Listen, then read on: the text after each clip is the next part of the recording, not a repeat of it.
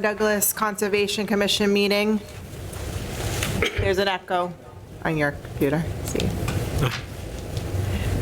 For Monday, March 6, 2023, time is 7 p.m. Can you hear that? That's on. Hello? Is it your computer? Mute your volume. I'm mute. You can hear her, though. I mean, she's feeding through somehow for the echo. Coming through my computer? Yes. How's that?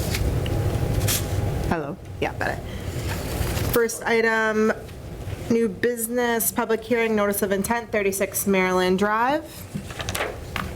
Town of Douglas Conservation Commission, 29 Depot Street, Douglas, Mass. Pursuant to Mass General Laws, Chapter 131, Section 40, Massachusetts Wetlands Protection Act, the Town of Douglas Conservation Commission will hold a public hearing on March 6 at 7 p.m. for a notice of intent filed by Kathy Shigru Richards, located at 36 Maryland Drive, for work to be done pursuant to the Town of Douglas Wetland Bylaw and the Wetland Protection Act, Mass General Law 131, Section 40.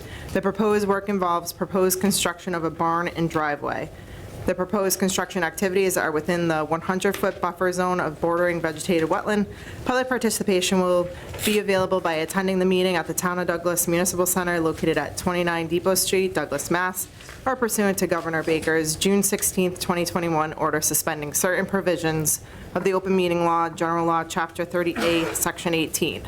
The public may participate in this meeting via remote participation. A website for the meeting will be provided on the conservation agenda posted on the town's website, douglasma.gov, at least 48 hours prior to the meeting. Copies of the NOI may be examined electronically by contacting the Conservation Commission, 508-476-4000, extension 205, 2623. Yep. Can you get address? Good evening. Everybody see this okay? Yep. Okay, I'm here representing the applicant, Kathy Shigru Richards, and her husband, Carl. And this is for property at 36 Maryland Drive in Douglas.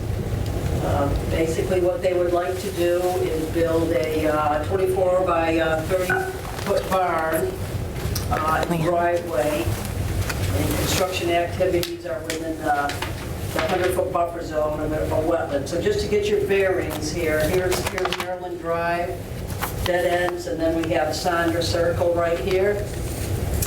And this is the applicant's property is all this. And there is a wetland that runs from here to a larger wetland down in the back. Originally, they wanted to put in a driveway this way to access the barn, but because of the wetlands, we had to bring the access through the property. And to avoid buffer zone work, we were going to try to come around, but because there's a septic back there, that didn't work. So right now they have a proposed gravel drive. I have a well right here, so I'm coming between the well and the buffer zone to a proposed barn, which is in the outer 100-foot buffer zone here, with a horse paddock in the back. Here's her existing house, and it's a shared driveway with the neighbor right here.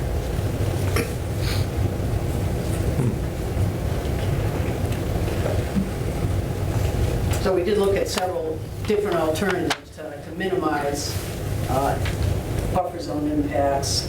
This has kind of ended up really the only feasible alternative. Any trees to be removed? There is, right here, there's some small 12-inch trees that we located. And how many? I would say 1, 2, 3. Okay. And that's at approximately the 30-foot? That's right there. You see that orange? That's a 50-foot buffer zone right here. Yeah, I see that. And then I got the well, existing wells right there. Okay. And what's the closest point for the structure? 75-ish? I would say 75-ish. Okay. Let's see what's over there. Do you have stockpile area designated? I would put the stockpile right over here on the outside the buffer zone, because it's nice and flat right there. Okay.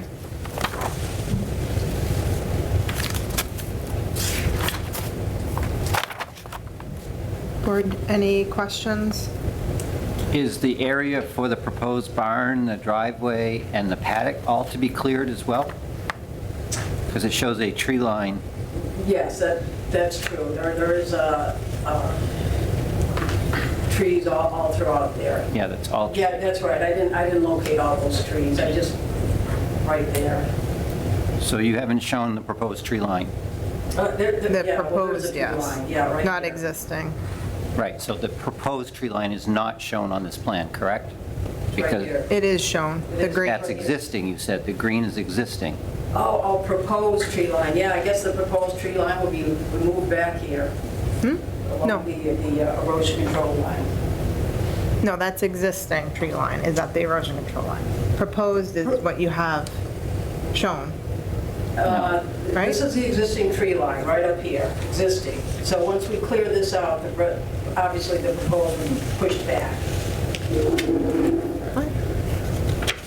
I'm not following. So There's trees right They there show, now. she shows individual trees. Oh, they're and she going, shows a okay. green tree Opposite line. side, okay. And, yeah, I take that to be the existing tree line. Okay.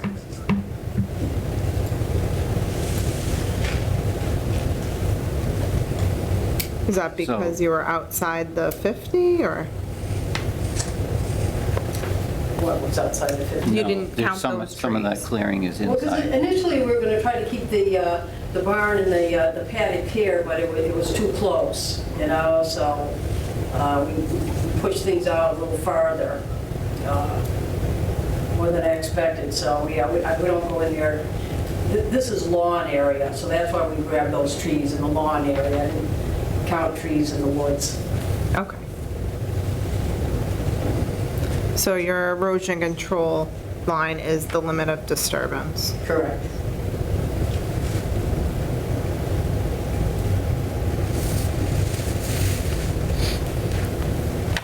And you just have a single straw wattle? Correct.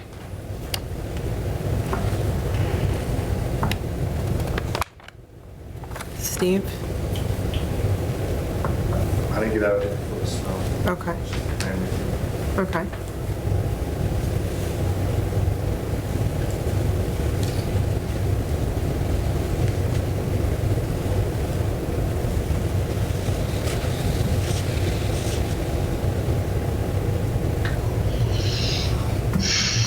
Katie Grace Dudley, I have a question. Which of the trees are we removing? Because I see that you've shown a number of the trees, which is great.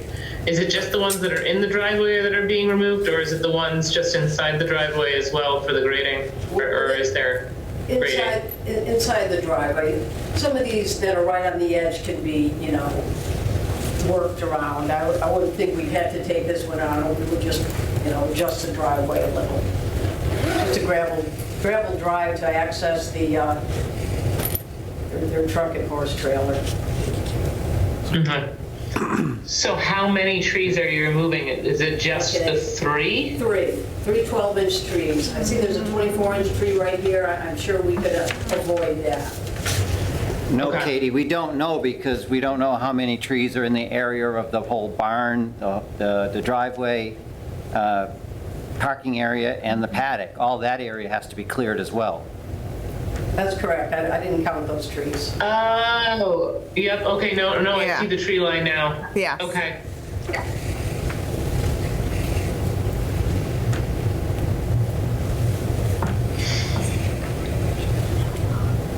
Okay, and you can't bring it in any?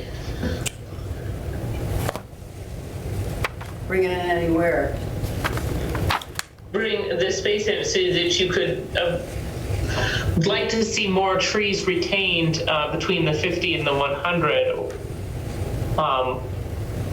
Where that proposed barn and paddock are going, because again, we don't know how many trees are there.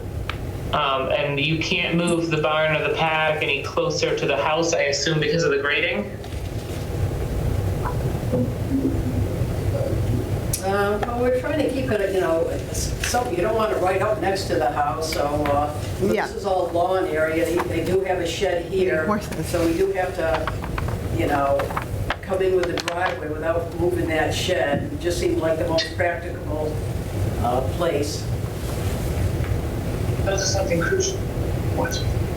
Yeah, I just, you're saying like that's all lawn area except for the area where the barn, the driveway, and the paddock isn't lawn area. Right now, that's behind the tree line.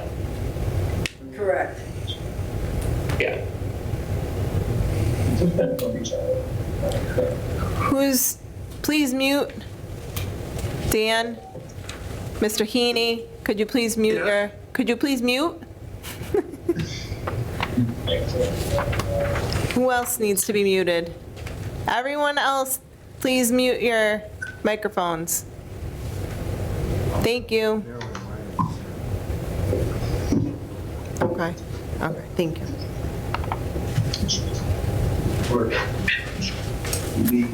Okay.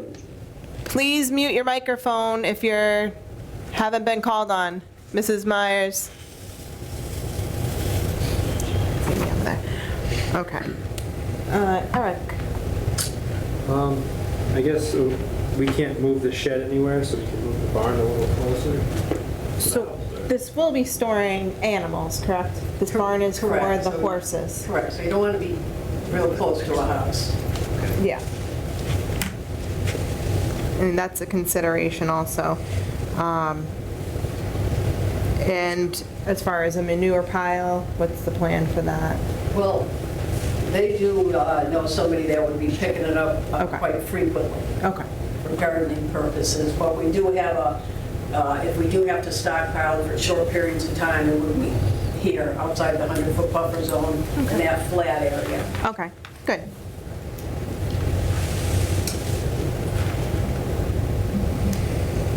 And due to the topography, this is pretty much the best spot.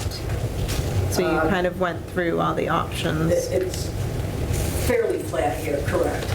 I mean, there's really, it's fairly flat there, and then, like I say, we're staying as far away from the wetland as we can. And like I say, we did look at other alternatives for the driveway, and this was the least impactful. What about the paddock area? The paddock area is shown extending beyond the side wall of the barn closer to the 50-foot buffer. Could the paddock area be extended back or back into the north to reduce the impact on the 100-foot buffer? I think so, as long as we had enough area. Well, if, Happy with that. If we just extended this, made it a little more rectangular, then okay with that? well, was the purpose for, is there a gate there so that they don't have to go through the barn to put the horses in and out Yes, for loading? yes. I mean, That was the purpose. so I think the posts and everything, I don't think it's much more of an impact or much more of a save on that, because they're going to have to clear those trees anyway. So your limit of disturbance, you need that for grading and for clearing. Yeah, but I mean, is it possible to flip the driveway to the other side of the proposed barn and then flip the paddock as well to the north side of the barn to at least reduce the impact on the buffer by, what's the scale on this part? 30 feet, so that would be like about 20 feet, 15 or 20 feet. But keeping with the same erosion control? No, I'd move the erosion control as well, the same amount. So I'm not exactly sure what you're explaining. We're going to do a mirror image? Yeah. Mirror image it. Within the grass of the yard? And this area, and this part of the paddock, here. You start pushing it closer to the house. Yep. We're here. Yes. Is that a possibility?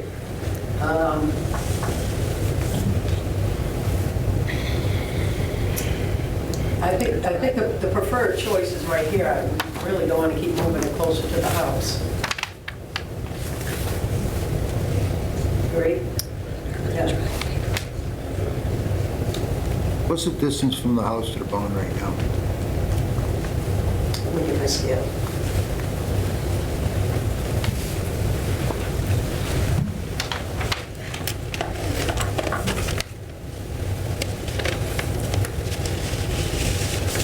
Right now, the distance from the house to the proposed barn is about 55 feet.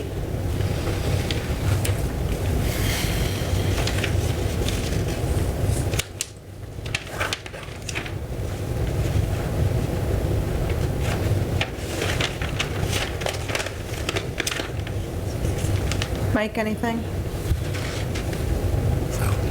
Katie Grace?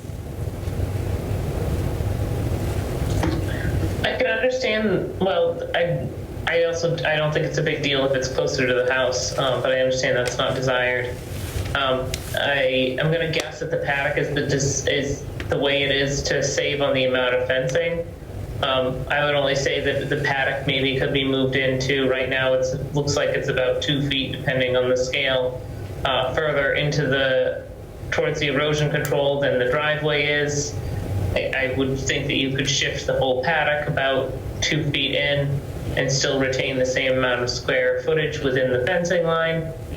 And then, like Myra had explained, it would be nice if the driveway could avoid that 24-inch tree right there. And how wide is that drive right now? 12 feet?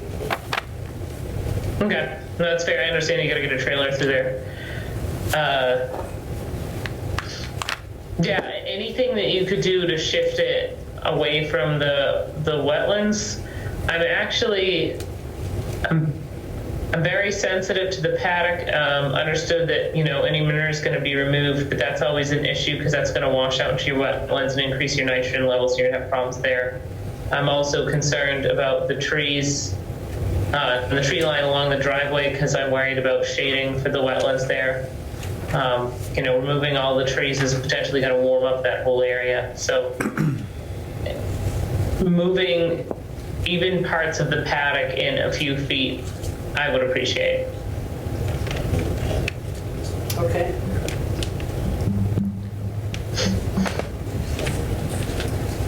What's the width of the paddock right now?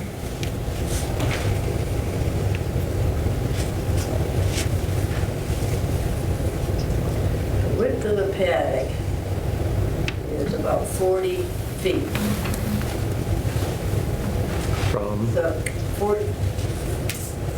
From here, 40 feet. So if you wanted to move it in, we could probably move it in about 5 feet, maybe elongate it. Okay. So I'm going to change the width of the paddock to 35 feet by, and I'm just going to make it a little longer, 35 feet to Either that, or like I said, if you wanted to save in fencing, you could move it 5 feet to the other side of the barn. So that you're Sure. shifting the square. Sure. So we'll revise that. Because the more square it is, the less fencing you have to put in. And not that that's a concern of the commission's, but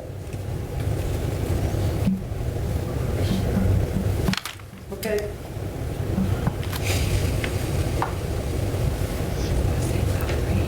So note this notch Still pile. have access for the fence. What's that? If they shift to 5 feet, you still have access to get them in the trailer. I should be able to. yeah, because the driveway's still gonna be flush with the edge of the fence. And you'll have a nice corner post to put your gate on. Yeah, I can do that, and I'm still going to be about 12 feet. Okay, so that'll still work. Yeah, so you'll have the 12 feet of driveway, you'll have the 24 feet of barn, and then on the other side of the barn, you could have your remaining 4 or 5 feet to get your 40 feet still. Yep. you'd have 12, 24, so it'll give you 36. You could go 4 feet towards the house to give you a 40-foot side. Okay, we'll adjust that. And I would just move the erosion control out of the 50 wherever you can, especially where the turnaround is. Right? Okay, sure. Oh, 'cause there's that Tighten- corner there. Tighten it up, yeah.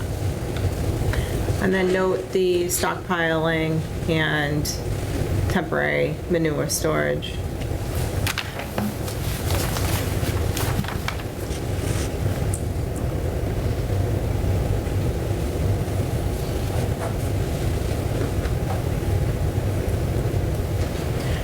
Mark, did you want to see the existing tree line?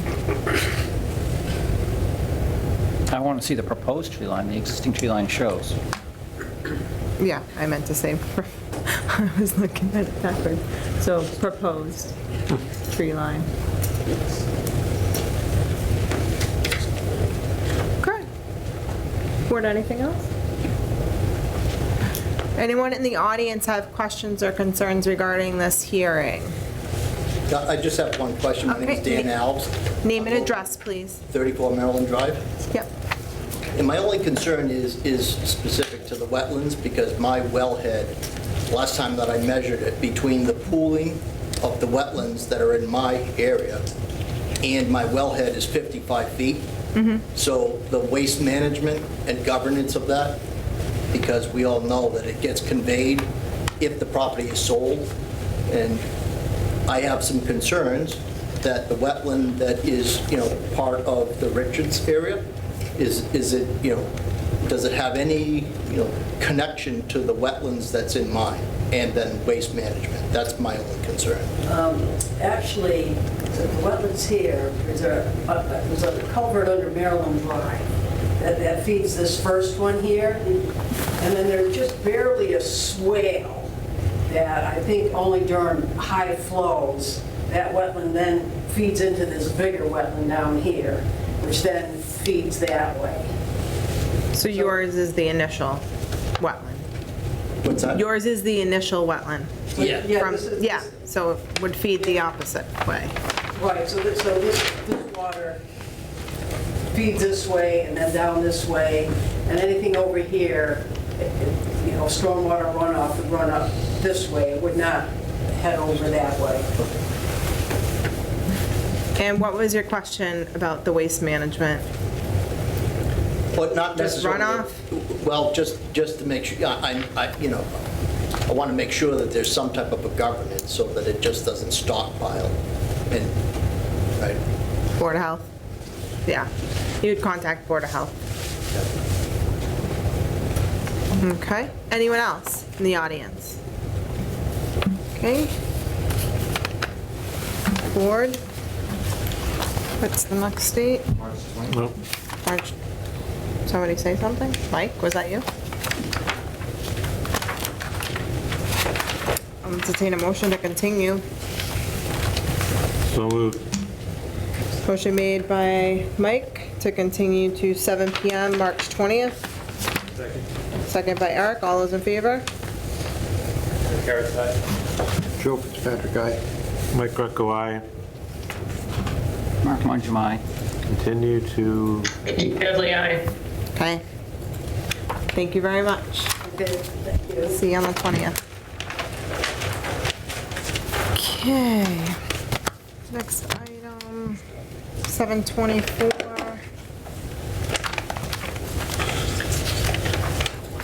Public hearing pursuant to Mass General Laws, Chapter 131, Section 40, Massachusetts Wetlands Protection Act, the Town of Douglas Conservation Commission will hold a public hearing on March 6th at 7 PM for a notice of intent filed by Orbson Corp. located at 56 U Street for work to be done pursuant to the Town of Douglas Wetland Bylaw and the Wetland Protection Act, Mass General Law 131, Section 40. The proposed work involves proposed construction of a driveway for a single-family house. Proposed construction activities are within the 100-foot buffer zone of bordering vegetated wetlands. Public participation will be available by attending the meeting at the Town of Douglas Municipal Center located at 29 Depot Street, Douglas, Mass. Or pursuant to Governor Baker's June 16, 2021 order suspending certain provisions of the open meeting law, General Law, Chapter 30A, Section 18. The public may participate in this meeting via remote participation.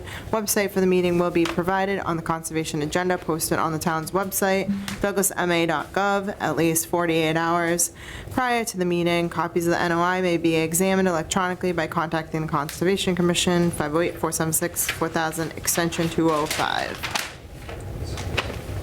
Okay, name and address. Margaret Bacon, civil site engineering, and I'm here representing Orbison Court for a proposed driveway at 56 U Street. Okay, As you recall, we were here last October for 54 U Street, which is this driveway right here that travels next to an adjacent small wetland here. The proposed driveway for this project runs right here, adjacent to that, and then up into another lot in the back. There's two big parcels here. This one's almost 13 acres. So it's the same thing, proposed asphalt drive, little culvert. The culverts are lined up with each other. It's just really just a kind of a natural swale, so we didn't want to impede the flow of water. So 12-inch culvert flows into the other culvert, minor grading, and then all the work activities relative to the proposed houses outside the buffer zone. Actually, probably be quite a bit farther outside. the erosion control area that is shown with the stockpile, was for the other lot, right? Correct, I have another stockpile Okay, there. so you that's just up used, there. had the same plan, so we're not using that one though, or are we? This one here? Yes. Actually, this driveway, I don't know when this driveway is going to be built. This one's probably is in the process now. So this is not, For this application, this application would be up here. Just that one. Because I don't have room.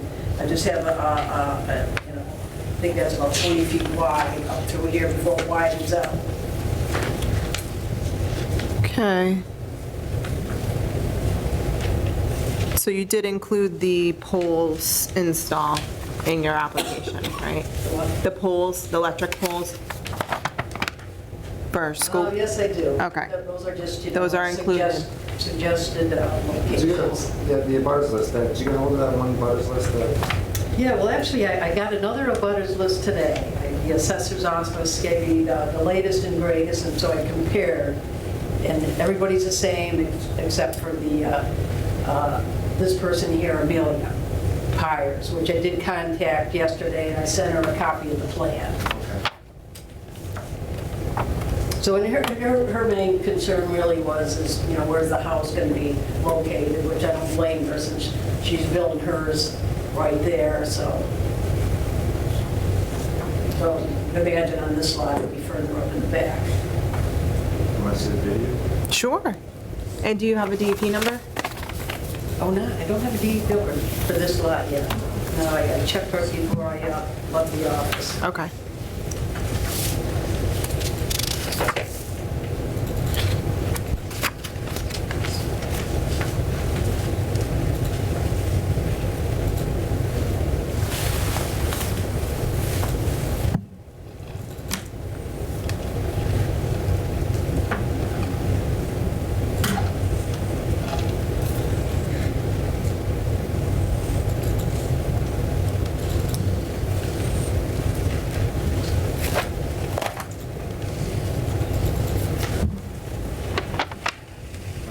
It's gonna come in choppy. But this is the driveway to the left.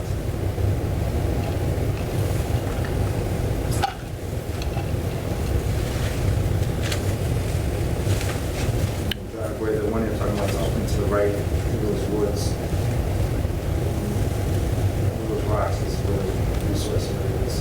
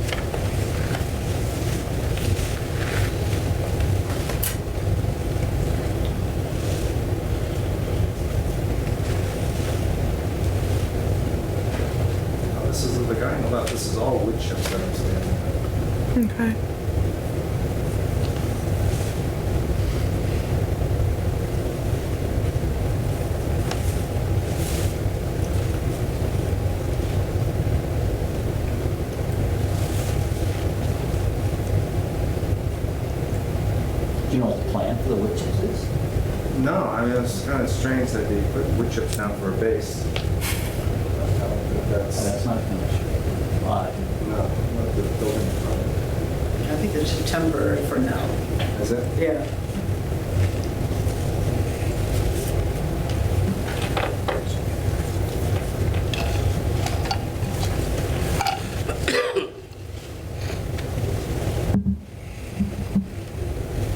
A lot of work. Right? Put it out and then pick it all back up So again. this is, It's like, half a foot. this is the spot of the culvert? No, we're past Oh. it, I think, right? Did he, well, he thought he turned around. Yeah, right here? Right there. Yep. To the right. Yep, okay, That's the wetland over. okay. All right.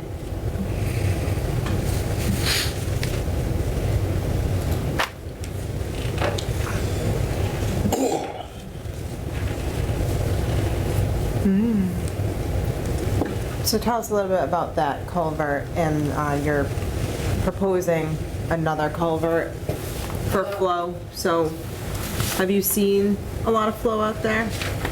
Not really, but the last thing you want to do is create a little dam so that the water can't get through. Right. So, because this is at the end of the wetland here, and then if you look at the topography, it's slightly, not a very well-defined swell, but just kind of low points. And so just to ensure that nothing gets, dammed up behind, a couple of 12-inch culverts. One leads Okay. right into the other. Okay. This plan does not show any vegetation, any trees. Looking at the video, there are trees.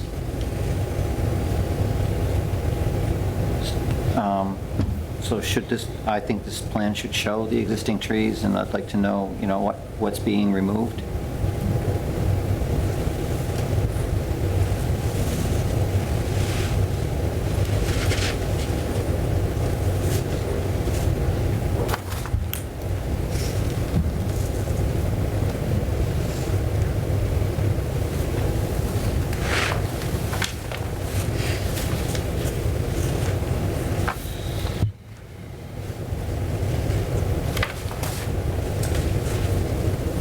Is the proposed erosion control line on the other side already installed?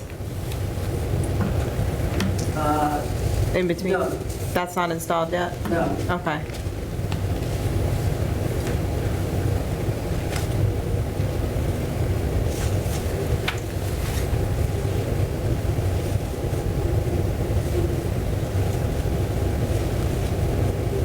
So would you be clearing everything from that erosion control to the property line? Yeah, brought up a good point. There is some, a tree line here that layers off, so I'll show the tree line, but here it's pretty much open field until you get back up here by the stone wall, and then you have another tree line. Okay. So I'll revise the plan and show that, Okay. so we can see what's getting cleared. Katie Grace? Comments? Questions? No. Same comment showing the tree line, and then did we already discuss why this can't be a shared drive? Yes, I believe the initial filing. The first meeting. Okay, yep, fine.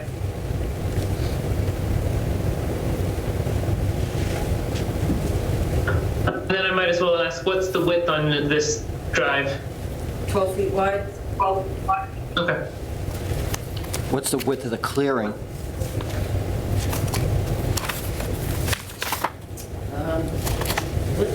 Clearing, well, I'll let you know. Come back with that? I'll let you Okay. know. Eric, anything? So are there going to be any plantings like between the two driveways there? Any Okay. There's plantings? nothing there now, right? Sure, I can suggest it. Talk to my client, and might not be a bad idea. Joe? Mike?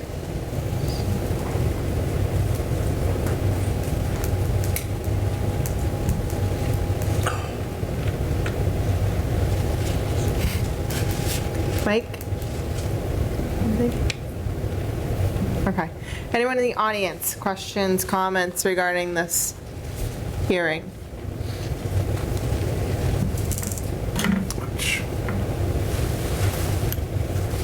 Not seeing any hands.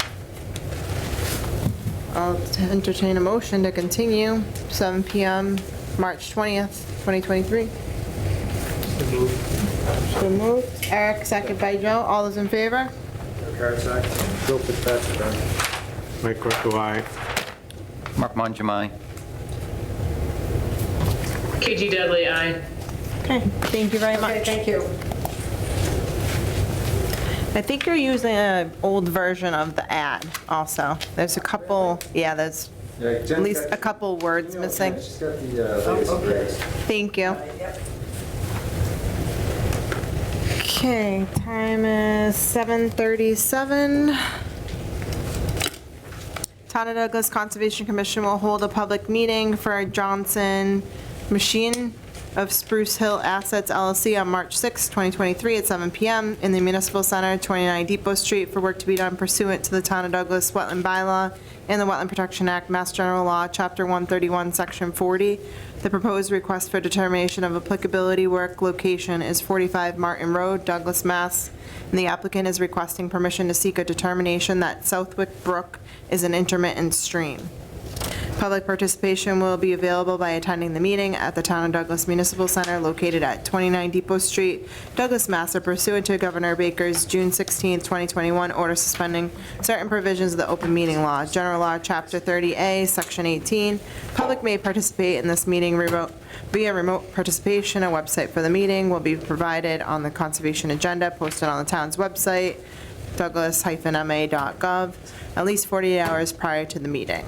Copies of the RDA may be examined electronically by contacting the Conservation Commission at 508-476-4000, extension 205, 218, 23. Okay, who is presenting on behalf of this agenda item?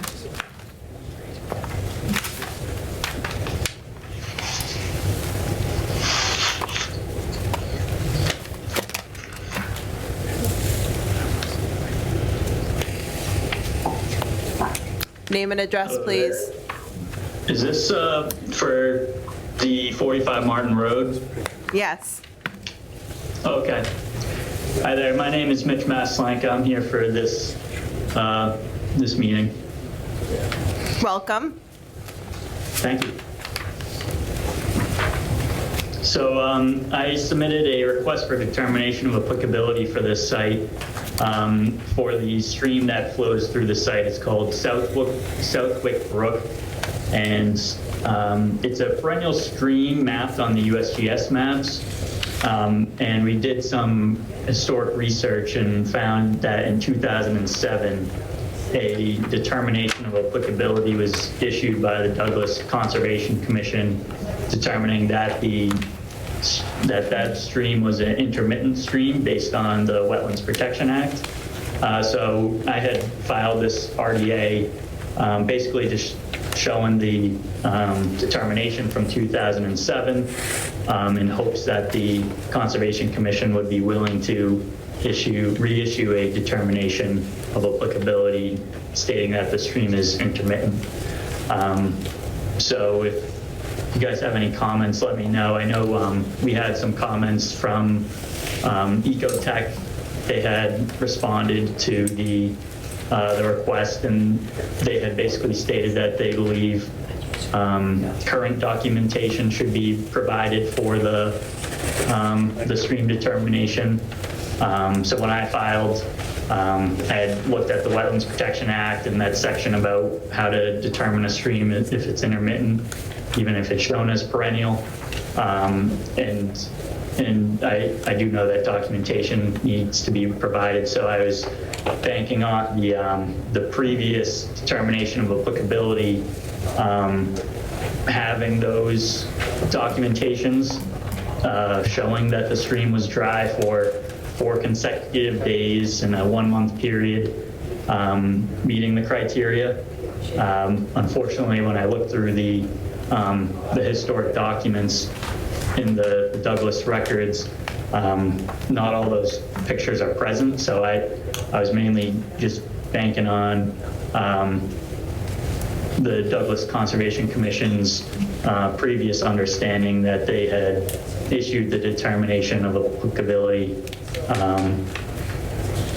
that it was an intermittent stream based on whatever evidence was available at that time. So let me know what you guys think. You will need to provide this board with the current documentation to meet the requirement. Sure, yep. So with that, even if we had the previous documentation, would the commission have issued a negative determination? With the 16-year-old documentation? Yeah.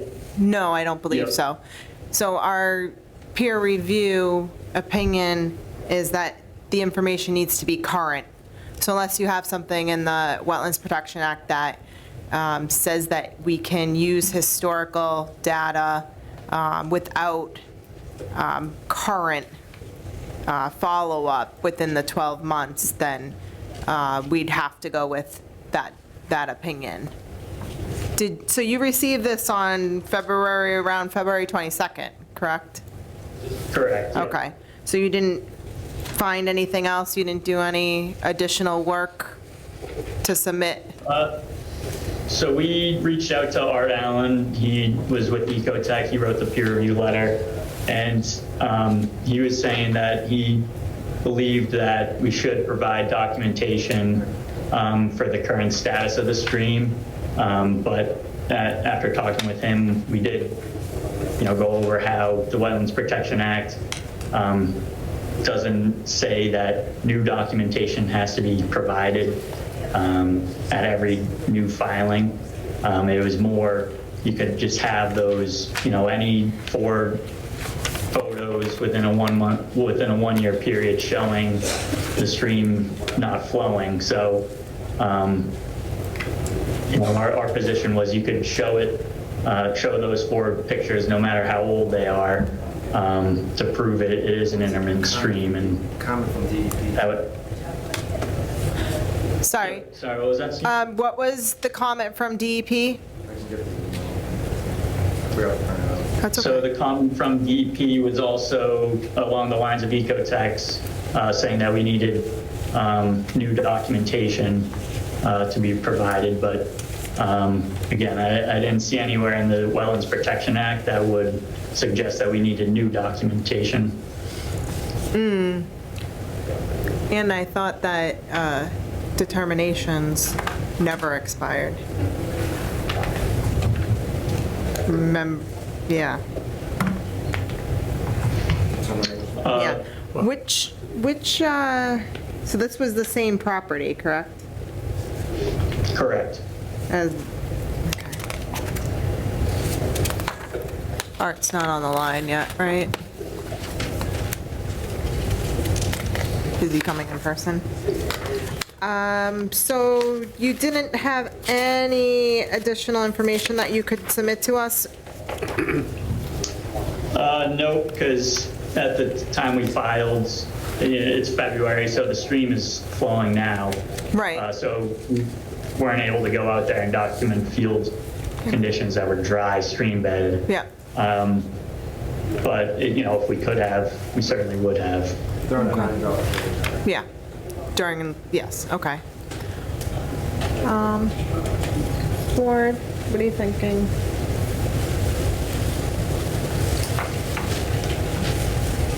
I'd like to check a couple of things. I think we would need updated documentation. I think that streams can change in the course of 16 years, and even with 4 pictures of a dry stream from different days from 16 years ago, I would struggle to determine that this was an intermittent stream. On the bottom of this here, it says it's valid for 3 years. Okay, Or at the bottom, just above the okay, signature. yeah, on the RDA.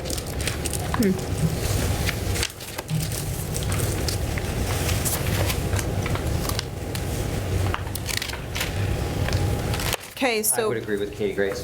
okay, thanks.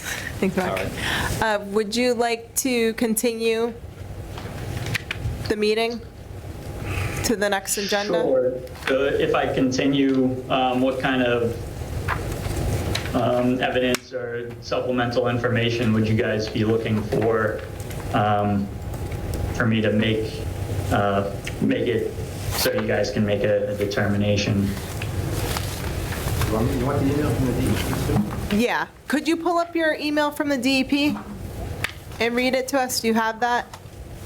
Sure, yep. And I would be looking for all the documentation you can provide to us as proof, as listed in the Wetlands Protection Act.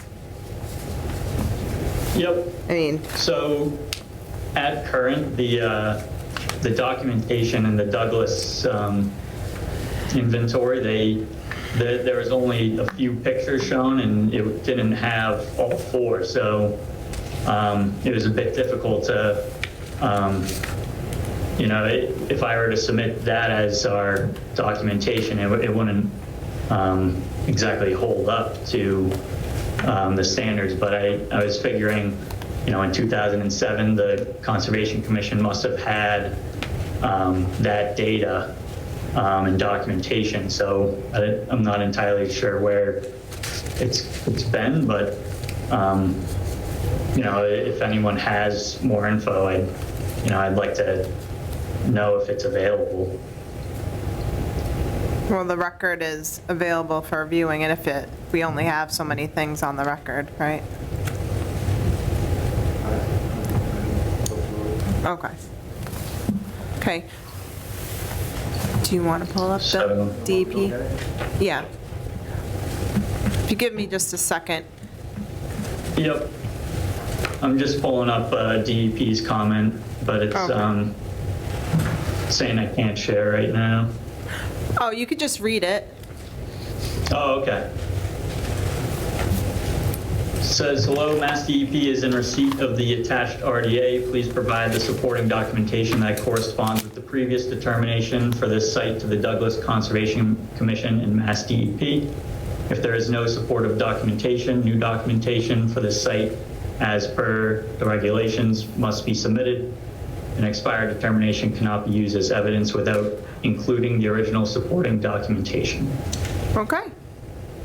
All right. So That's pretty clear. So it sounds like if I have the supporting documentation from 2007, they'd be willing to allow it to proceed, but I don't know. It's Steve. Do you know if there's any other place I could obtain the rest of the documentation that Douglas Concom used back in 2007?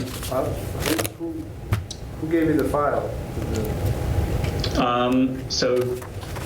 So I think you and Jen gave an original file, and then I went in for my own review to try and find, anything else I could, and I couldn't find anything else in the files that were provided. I'll have to take another look then. I mean, I wasn't there when you came in, so. Yeah, and that's fine. Yeah, Jen was pretty helpful, and she even gave me another sites folder that may have had some info, but I didn't know if somehow they were misplaced into other folders and whatnot. Okay. Would you like to continue to the 20th or the meeting after? Let's continue to the 20th, and we should have a better grasp of whether we need to postpone this to the summer months or not. So- Right. Yeah, if you could just let Steve know ahead of time before the agenda's posted, and that would be the only other alternative. Unless he does, if he doesn't, we're gonna be busy next meeting, so unless he doesn't need to be, you can always continue. Right, if you don't have sufficient documentation, as also stated by DEP, then I would suggest continuing, and I'd be agreeable to continuing till the warmer months. Okay, all right, great. All right, thank you, So- Commissioner, I appreciate it. You're welcome. I'll entertain a motion to continue the meeting. So moved. Motion made by Joe, Second. Second by Eric. All those in favor? John Carroll, aye. Joe Fitzpatrick, aye. Mike Greco, aye. Mark Mangum, aye. Katie Dudley, aye. Thank you very much, Mitch. All right, thank you. Have a good one. You too. Okay, time 7:52. Town of Douglas Conservation Commission will hold a public meeting for Stephen Black on March 6, 2023 at 7 PM in the Municipal Center, 29 Depot Street, for work to be done pursuant to the Town of Douglas Wetland Bylaw and the Wetland Protection Act, Mass General Law, Chapter 131, Section 40. The proposed request for determination of applicability work location is 310 Northwest Main Street, and the applicant is requesting permission to remove diseased tree from water's edge at the above address. Public participation will be available by attending the meeting at the Town of Douglas Municipal Center located at 29 Depot Street, Douglas, Mass. Pursuant to Governor Baker's June 16, 2021 order suspending certain provisions of the Open Meeting Law, General Law, Chapter 30A, Section 18. The public may participate in this meeting via remote participation. A website for the meeting will be provided on the conservation agenda posted on the town's website, douglas-ma.gov, at least 48 hours prior to the meeting. Copies of the application may be examined electronically by contacting the Conservation Commission, 508-476-4000, extension 205, February 24th. Who's here to present? Good evening. I'm Stephen Black. Hello, Good evening. come on over. You want to come up? So, tell us what you like to do. One diseased tree? One disease tree, if I could. Okay. You can see the picture before you. That forked tree is literally splitting down the middle. I've been before the commission 3 years ago and went through the same process for a tree just beyond that tree and was approved. And at the time, the funds didn't allow me, and the tree wasn't that bad Yeah. to pursue it, but you can see that line going down through. I had Circle Tree on an arborist go over and take a look at it. And you should have documentation. We do. It's a really concern for me. Okay. And you're gonna have the stump remain?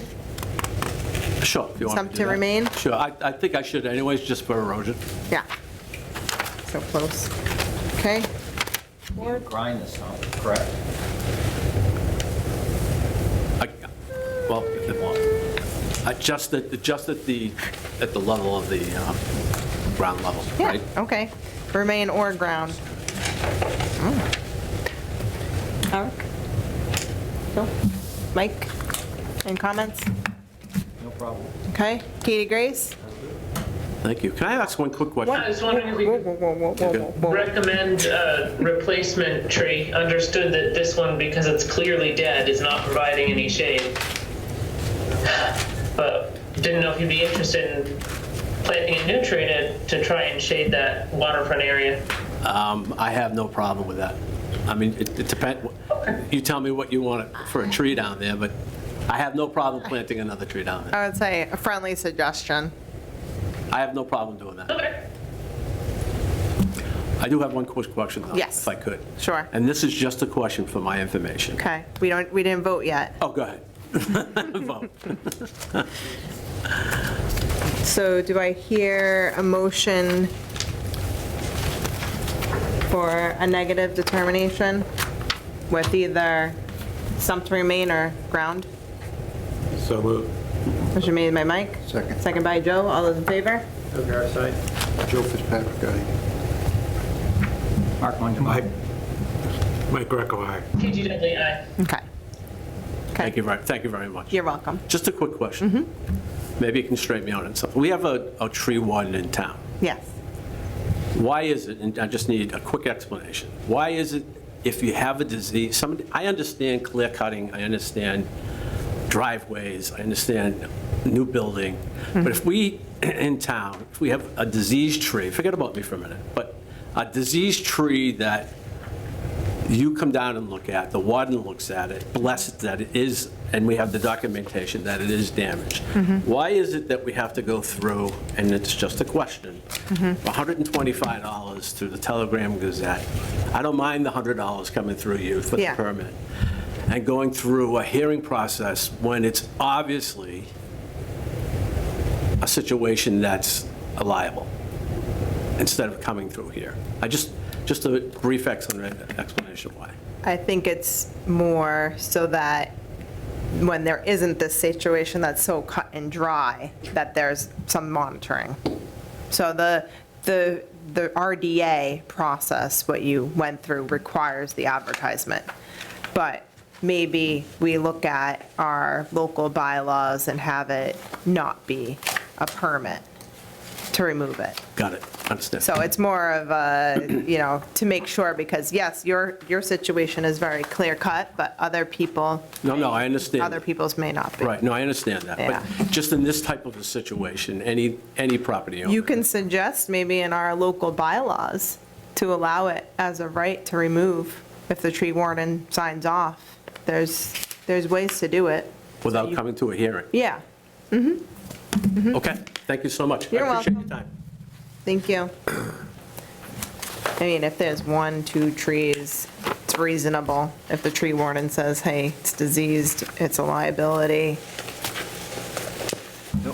But people get carried away sometimes. Thank you. Thank you very much. Right, Steve? Well, in the long run, historically, you don't have this equipment, tree person out there spending a lot of money, and the neighbors complain, Right. and there's no historical data of what they're doing, and all of a sudden you're like, well, I got a permit, I got my negative determination, and you can keep going. Where in the past, sometimes people have to stop. Right. Those pesky neighbors. Happens. Yep. Okay. 7:58. Notice of intent, 61 U Street. Pursuant to Mass General Laws, Chapter 131, Section 40, Massachusetts Wetlands Protection Act, the Town of Douglas Conservation Commission will hold a public hearing on March 6, 2023, 7 PM for a notice of intent filed by Daniel Bergstrian for work to be done pursuant to the Town of Douglas bylaw in the Wetland Protection Act, Mass General Law 131, Section 40. The proposed work involves the relocation of an existing driveway at 61 U Street, Lot 1, Lot 2A, Parcel A, Assessor's Map 197, Lot 9. A portion of the proposed work is located within the wetland buffer zone. Public participation will be available by attending the meeting at the Town of Douglas Municipal Center, located at 29 Depot Street, Douglas, or pursuant to Governor Baker's June 16, 2021 order suspending certain provisions of the open meeting law, General Law, Chapter 38, Section 18. The public may participate in this meeting via remote participation. Website for the meeting will be provided on the conservation agenda posted on the town's website, douglas-ma.gov, at least 48 hours prior to the meeting. Copies of the notice of intent may be examined electronically by contacting the Conservation Commission, 508-476-4000, extension 205, 224-23.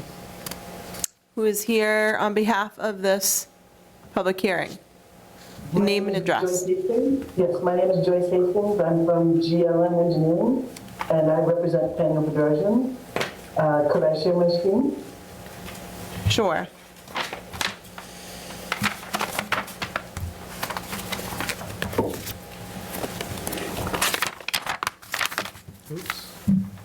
So we have filed a notice of intent to, are you able to see my screen? Yes.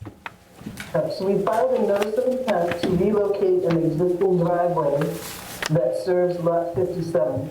The driveway currently comes across Lot 2 in this area here, and we're proposing to relocate it and connect to the portion before it crosses the wetland in this location.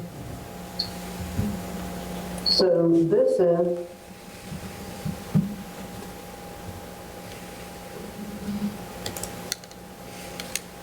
the existing gravel driveway here, this yellow part going into the darker the darker gray.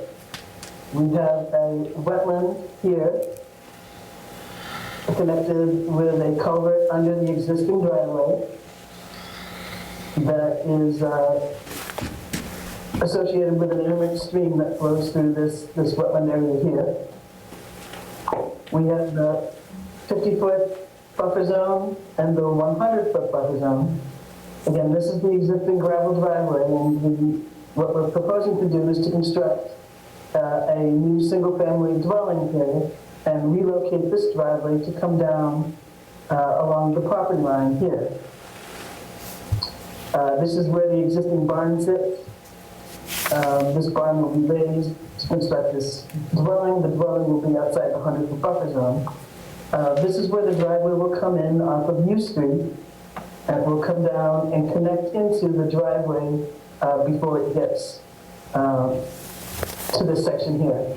We're proposing for the driveway to be gravel. This section, as you can see the grade in this area here, the slope of the driveway will be approximately 13.5% to 14% in this area here. And it connects to, it flattens out considerably as it goes across the driveway, across the culvert. It connects to U Street. The entrance, the apron of the driveway will be paved as it comes in off of U Street. And we will, to ensure that, first of all, the water that comes down U Street won't be channeled down the driveway. I did see the comments that were forwarded from your office. Unfortunately, I did not see them until this afternoon. And so I have tried to address them in this presentation. You obviously don't have copies of what I have revised on this plan right now. So one of the questions was, the driveway is steep, and what will we be doing? How will we be ensuring that this driveway won't erode and get into the adjacent buffer zone or the resource area? So what we're proposing to do, this driveway is flat as it comes in off the street, then it starts its descent, and on each side of the driveway, because there's buffer zone on each side, we're going to put a 2-foot wide, 2-foot deep trench that will be filled with riprap, 5 to 6 inch riprap on this edge to act as a filter trench and to catch anything that might come off the side and to act as stabilization. During construction, this driveway will be, this erosion control barrier will be in place throughout the project. There'll be a temporary erosion control that goes across the driveway, keeping in mind that people still have to get in and out of their house. But at the end of each day, the erosion control will be in place in the event that there is a storm while this is being stabilized. The slopes that I showed in green, the dark is the woods in this area here start up in this area. The driveway is obviously open. This is undisturbed wood. This is undisturbed wood.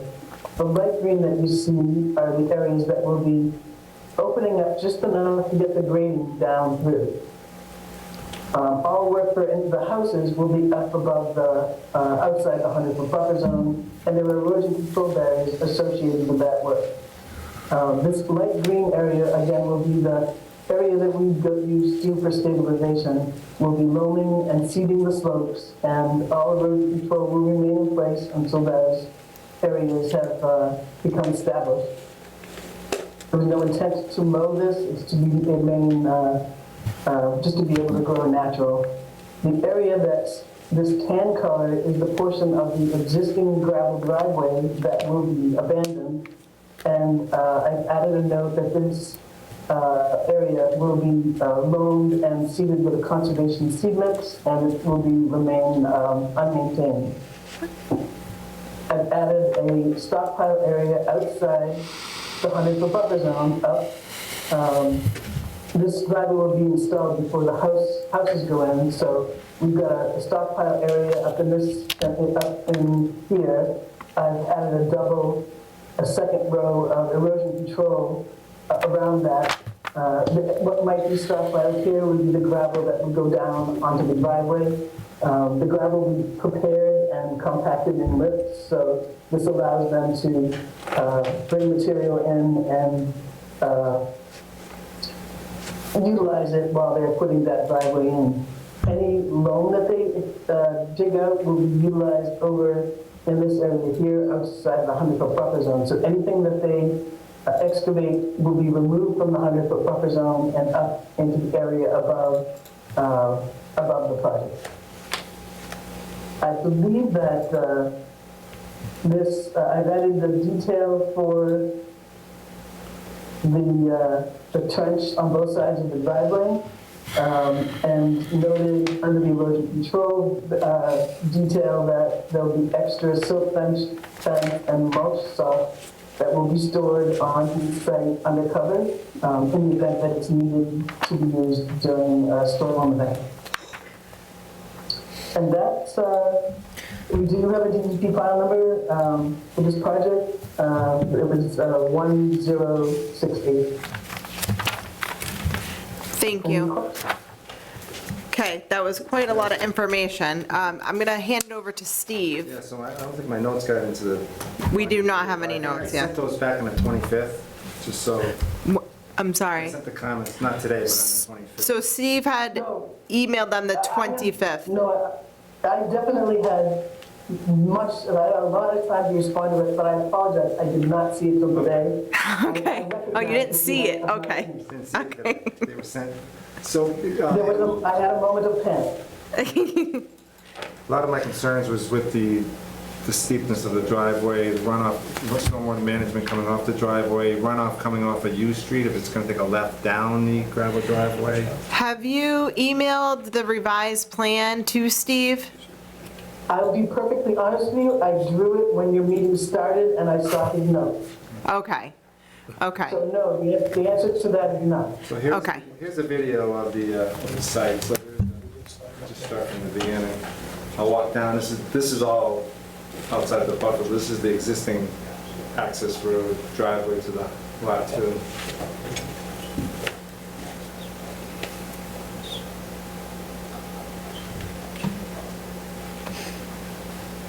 Try to speed it up a little bit.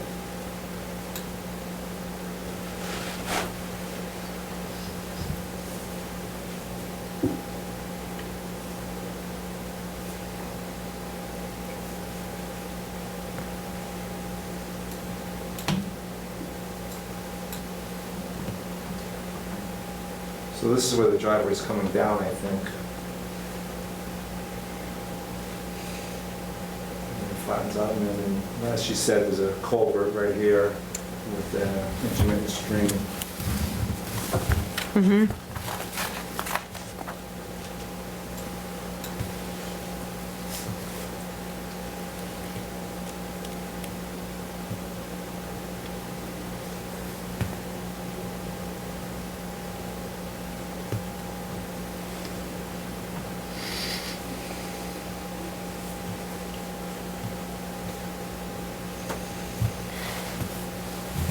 So I think where your arrow, do pause, back up and pause for just a moment.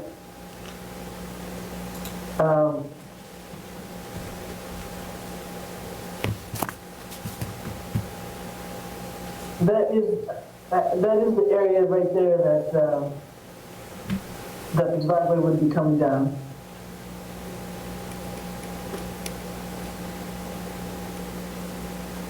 Have trees already been removed from that area? No.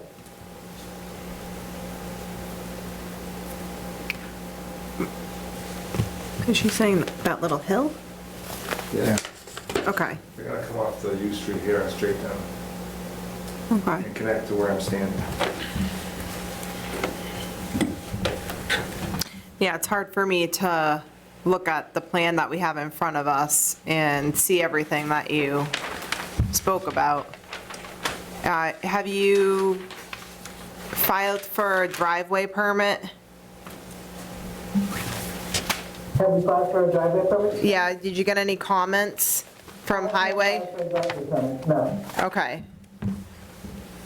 Because there was a concern about runoff into U Street, From U Street. from U Street.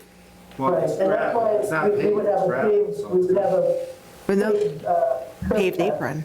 that would I guess be we'll raised change at the that. entrance to not allow water to come down the driveway. Okay, so you just added that earlier. Yes. Okay. And if you look at the topography, it rises up a little bit, just at the, I'm just going to quickly, it's not really, there's like a little high point right here, so that the water isn't likely to come streaming down the street. We're going to have, make sure that there's at the entrance where we pave the curb cut, you would have to make sure the water does not come down the driveway, so that so we don't want to channel stormwater coming down off of U Street. Right. Okay. That's good, you got the DEP number. Small thing. Any comments from DEP? I beg your pardon? Any comments from DEP? There were none. Okay.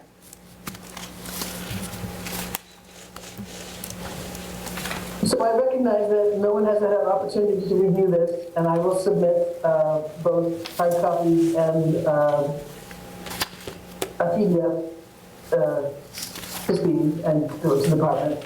I just wanted to see if there were any other comments before if there were anything else that you would like me to address in this revision. I have no idea because I don't see the revision in front of me. So if you've captured Steve's comments, it should be closer to an approval. But I really can't say because I don't know what it looks like yet. Ward, any comments? Well, 13% in having gravel is a concern. Yeah, so as far as that driveway washing away over a short period of time, what's going to ensure that it's not going to? Is there a coefficient of erosion for that calculation? Probably, yeah. I would question also just however many trees would need to be removed within the buffer zone to create the driveway, and also whether the existing driveway, whether you couldn't replant some trees in that area to compensate for the ones that are removed. Yeah, I mean, this is quite a lot that's been revised. Right, Well, I was gonna say, I've added a lot of my comments. okay. Is there a reason why they don't pave it? I don't know if that would help. I don't know, Mark, would the paving help? Yes, definitely. Is there a reason why they're not paving it? I will go back and discuss it with the owner. All right. Let me see. I also just made a note, as you were going through the plan, would be to crown the driveway to make sure that the water on the driveway goes into those two riprap swales on either side, and maybe at the low end, the riprap go into a hollow or a little basin to take out the velocity before it runs into the wetland. Okay?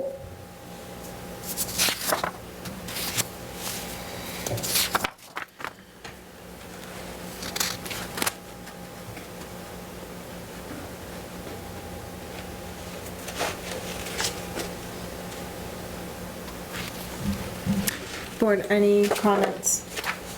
Comments? No. Well, I'm curious, it's kind of like when they had the picture up there, you had an existing driveway and a proposed driveway. I'm not sure which is which. But, what happens to the existing one when you put in the proposed one? Or are they both going to remain? No, this existing driveway will be removed. I mean abandoned, not removed, but planted. Demoed? I mean, you Planted? just going to sit there, or are you going to break it down or anything, or? It's No. gravel now, so they'll have to scratch it so that they can get something to grow on it, but the idea is to, it won't be used anymore. It won't be used for access or, our goal is to loam it and seed it. So there is another portion of that existing gravel drive that's within the jurisdictional area, so just include that for that activity. You mean this portion, you can't see where I'm pointing. You mean this area right here? Still can't see you, but most likely, The other part of the V. yeah, This right here? yes.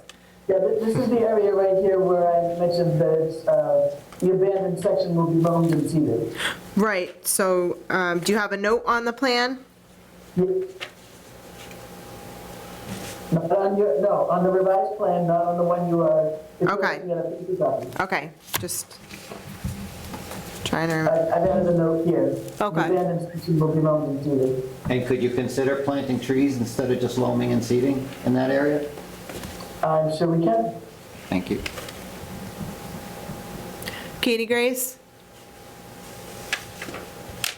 Just had a question, may not be relevant.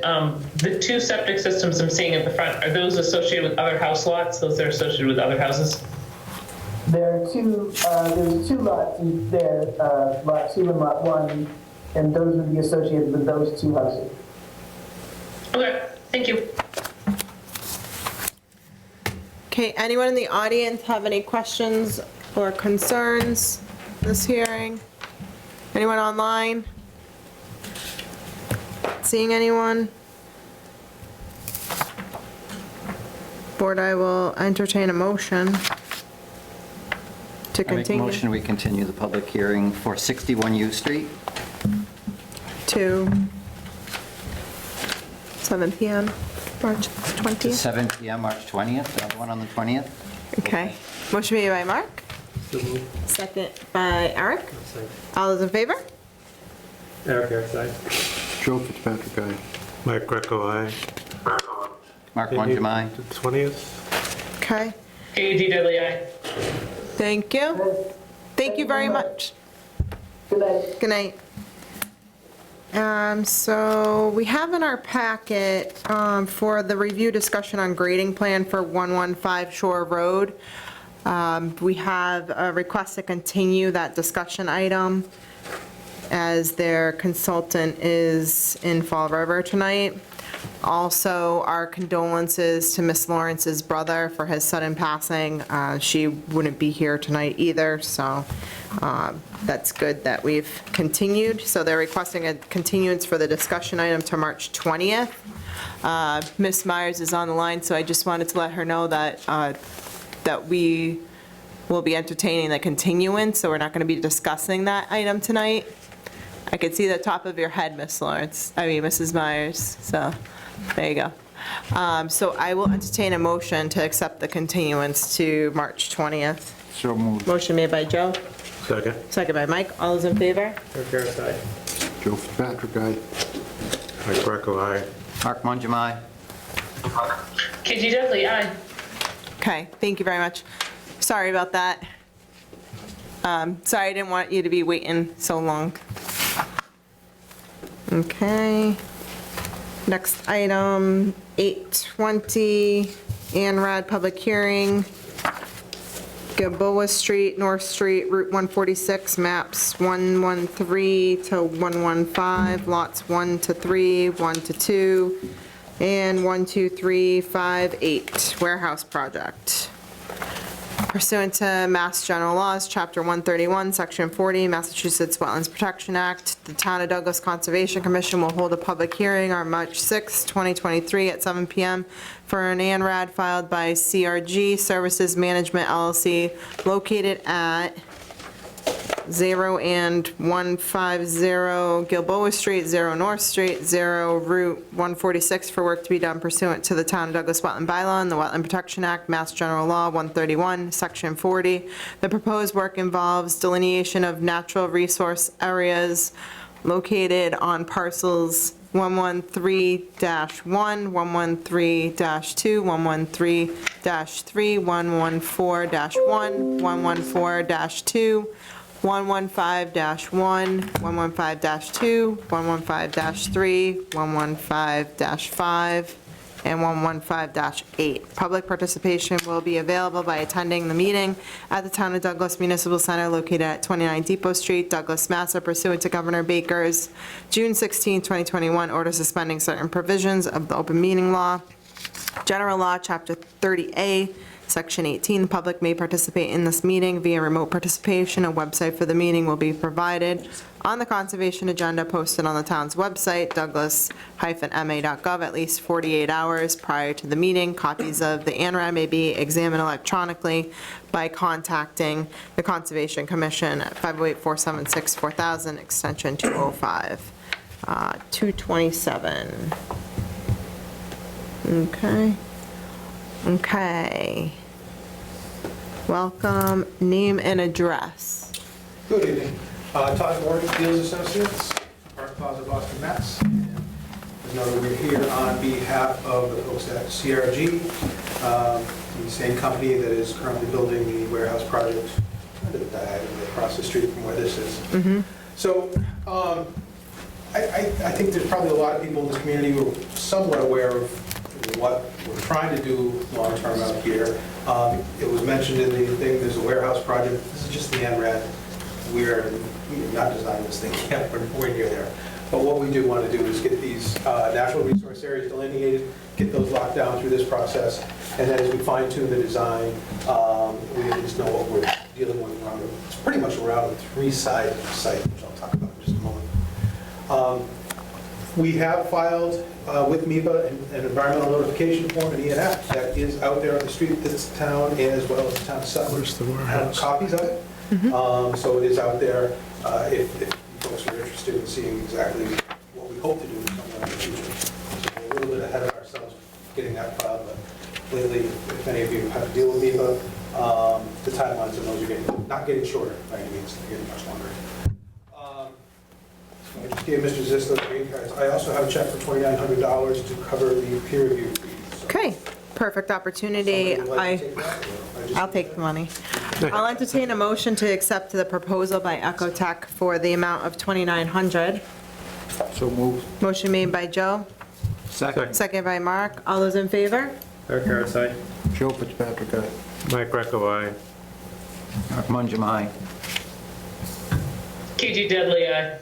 Okay, thank you very much, and we'll sign that tonight.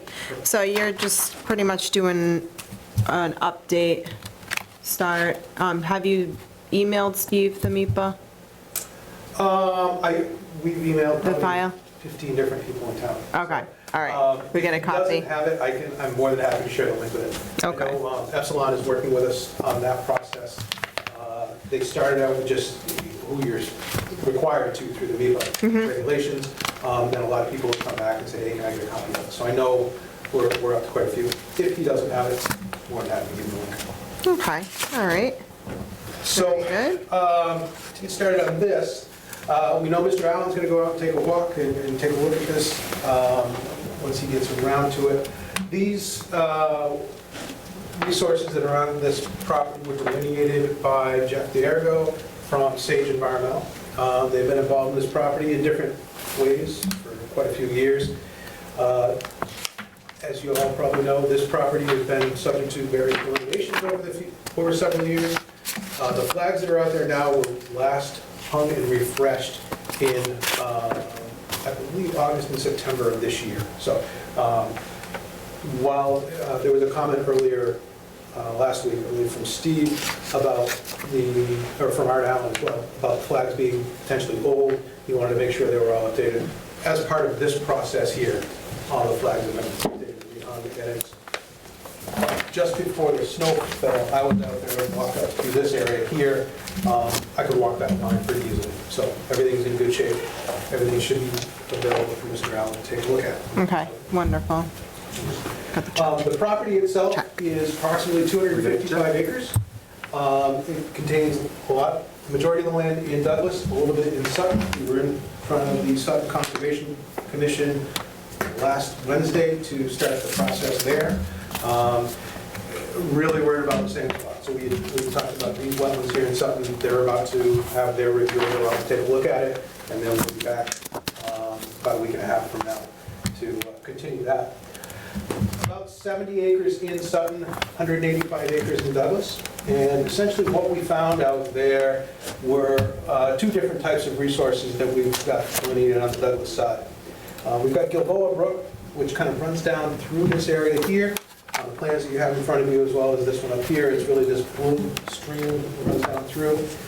And there is a 200-foot riverfront area associated with that. And again, on the plans, that's shown in the blue shade, either side of that. And as you'll notice, going through the graphics, what we've done is once we get off of the property, we're not really showing the buffers. And we've got the delineations and the buffers all on the property in color here. Once we get into other people's property, where we're certainly not going to be doing anything, we just don't feel it's appropriate to go too far with those resource boundaries there. Also associated with Gilboa Brook are several pockets in several different areas of bordering vegetated wetlands, BVW, and those extend all the way up through. That's really what you find in this general area. Here you've got some of the headwaters of the brook before it actually turns perennial about this point here and then flows down through.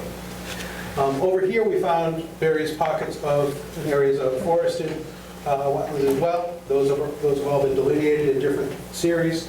One stage went through and took care of their work. This area here continues into Sutton. There's town lines right there. There was also a intermittent stream that we found in Sutton, a lower swampy area here. And then we turned it a likely vernal pool in our documentation. After talking with the Sutton Conservation Commission, they feel that's very, very likely a vernal pool.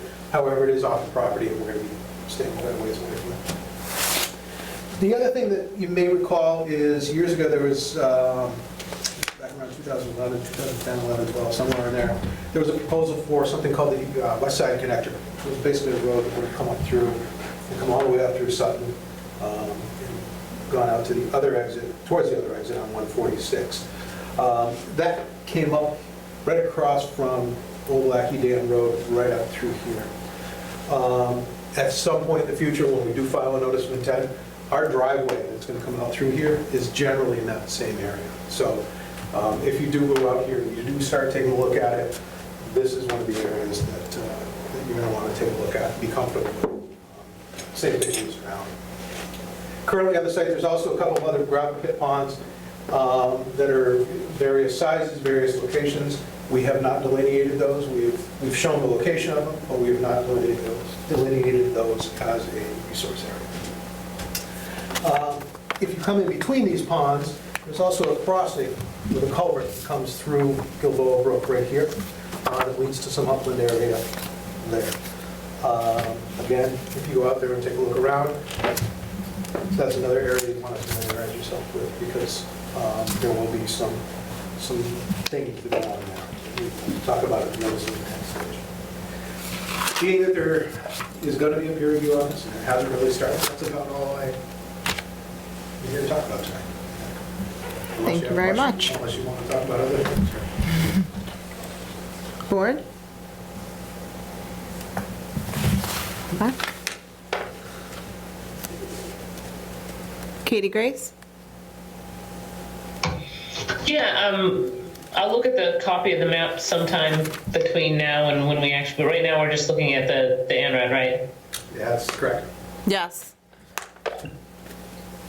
Are we going to entertain a potential site walk, or do we want to wait for filing?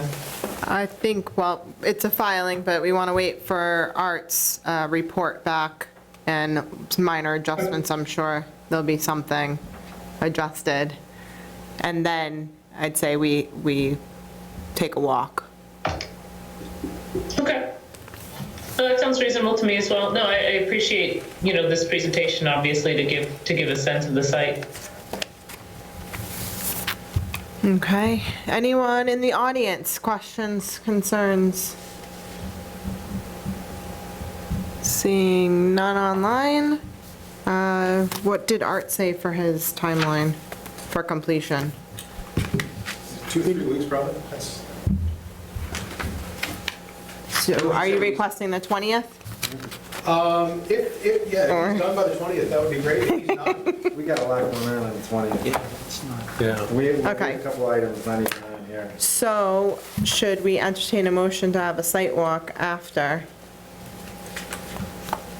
Or we can just do that, we could maybe schedule the site walk at the 20th meeting. either that or you wait till the notice of intent comes in, or whichever. I will tell you, we're not filing the notice of intent shortly after the 20th. We're nowhere near that yet, so. Okay, so can we continue to the 10th, April 10th? Yeah. So before you come back, we'll have Art's peer review and schedule the site walk on the 20th. And we'll coordinate with you if anybody wants to go out, depending on what Art finds. Yeah, and depending on when that gets scheduled for, that'll either be myself or the gentleman from Sage. Okay, Bringing the trees. okay. Various areas. All right. Guess we have a hefty agenda on the 20th. So I will entertain a motion to continue the ANRAD to April 10th, 2023 at 7 PM. So moved. Motion made by Mike. Second. Who got it? Joe. Joe. Second by Joe. All those in favor? Eric Harris, aye. Joe Fitzpatrick, aye. Mike Greco, aye. Mark Mongemi. Katie Dudley, aye. Okay. Thank you very much. All right. And then somewhat related, but maybe not. I noticed, I hadn't seen it before, I noticed this evening on the agenda, there's something about Gilboa on the other side. Yeah, I don't know if that was, we were discussing that, I don't know if that was just left. 105, 123. Do you have any update for the board? Okay. All right, Yes. thank you. They are finally starting work on the bridge. Yeah. Okay. No, the reports are great, I think the commission likes them, we pass them on, the SWAT reports. Yeah, and we put some increased eyes on that, especially as they've gotten down towards the bridge. And the drones were great too. There's an amazing number of drones that fly over that thing on a daily basis, both because I know Clayco's doing it, Monagro's doing it. We've got a third party that once in a while flies over that. I got one. I'm surprised they haven't crashed yet. One procedural question. Are you filing the NOI with Sutton eventually? For this, more than likely, yes.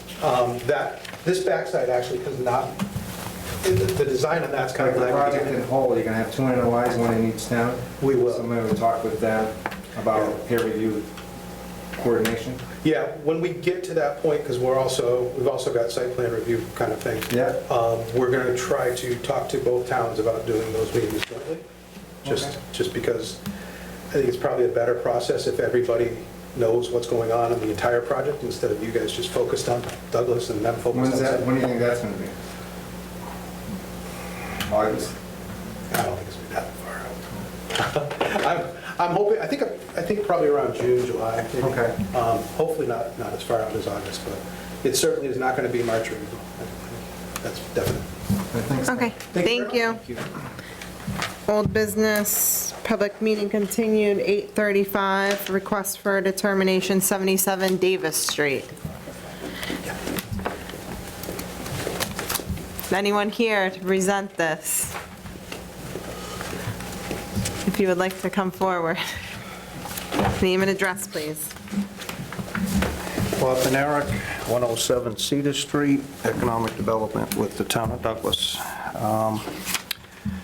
I know we had a site walk plan, that was canceled. I did not have time to get out there and mark out the road. John and Adam Furno with the Highway Department, the last few weeks, they have been extremely busy with snow, repairing roads. We might be doing something this week. I think there's a break in the action. So once we get them out there to lay out the road, we want to lay out the sides of the road, not the middle, but the sides of the road. I'll run a transit and elevation a level, mark the grades, so you guys can see exactly where the grades, final grades will be. We'll make a determination at that point how much fill we need for a grade, the grindings. We'll get a good game plan going. Right now, we need to survey it first. Yeah. Okay, so you're just coming in for an update? Just an update. Okay. The school committee is well aware of what we're up to. We broke ground, or cleared some brush on the school side of it, which is outside your jurisdiction, so we just have to get your section finalized. Okay. The big thing right now is to get the highway department out there and Okay. get it staked out. Okay. And I'll let Steve know when that is. Do you want to do a site walk as a team or individual? If you do it individually, I will make myself available to walk you through. Yeah, I would say just notify Steve once it's ready. Okay. And are you okay with April 10th continuance? Can we get on the next one, or are you really, really tight? Are you going to be ready for the next one? It's 2 weeks. I hope so. I hope to be ready by the end of this weekend. Okay. Okay. Katie Grace, do you have any comments or questions?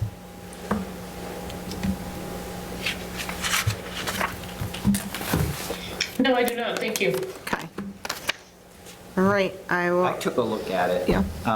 Though I do have a question. What was the width that you were going to propose? We're looking at 24 feet. It's anywhere from 40 to 50 feet right now. Well, maybe that's wetland to wetland, but there's trees inside of the wetland. I'd take a look at that. If you can narrow it up, I think it might be wise to try to do that. I paced off, and 24 feet was taking a tree along the pond edge or being into that stone chute of where waterway. Because you're going to have to go into one or the other. So I thought 24 was a little bit wide, and it's only 10 feet wide, 10 or 11 feet wide where it goes around the back of the school. Why does it have to be 24 feet wide at the Just the entrance? type of vehicles that will be using it, fire trucks. I know, but the emergency road behind the school is only 11 feet wide, so that's why I'm just questioning why it has to be 24. I mean, all new roads in town are 24 feet wide. Am I correct on that? Probably Without- not correct on that. You're talking about planning board for subdivision Yes. roadways? I mean, I know they go for variances to get it to 22, 20 feet. Is this a road, or is this a driveway, or is this an access way? It's an emergency access. That's right, that's what I thought, okay.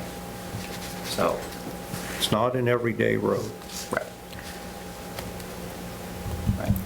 so I Oh, would is just that- suggest to take a look Yeah, okay. at narrowing that bit. And that's a reason for Unless- laying it out. Unless we want to make it a road at someday.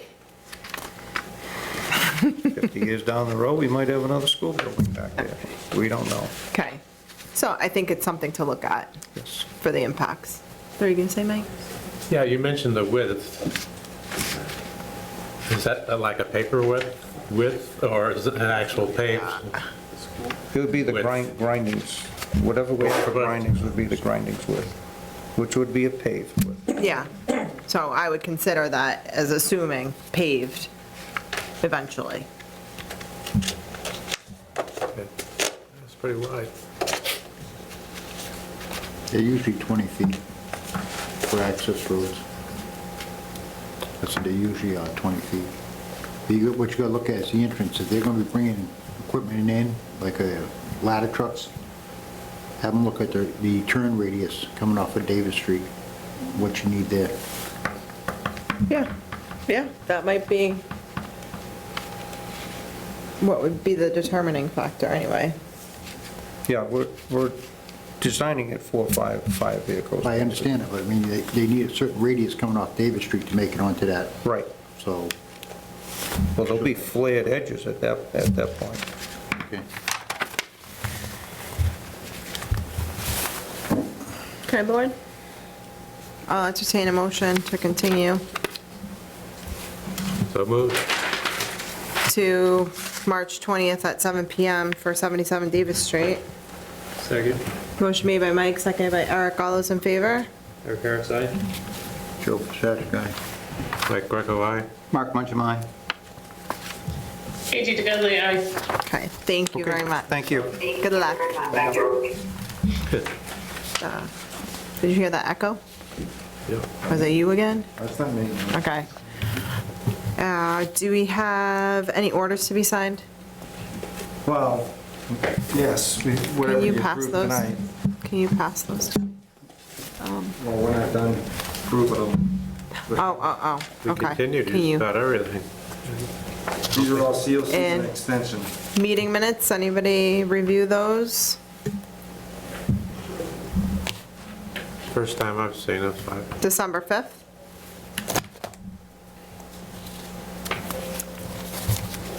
no. Do we want to hold those?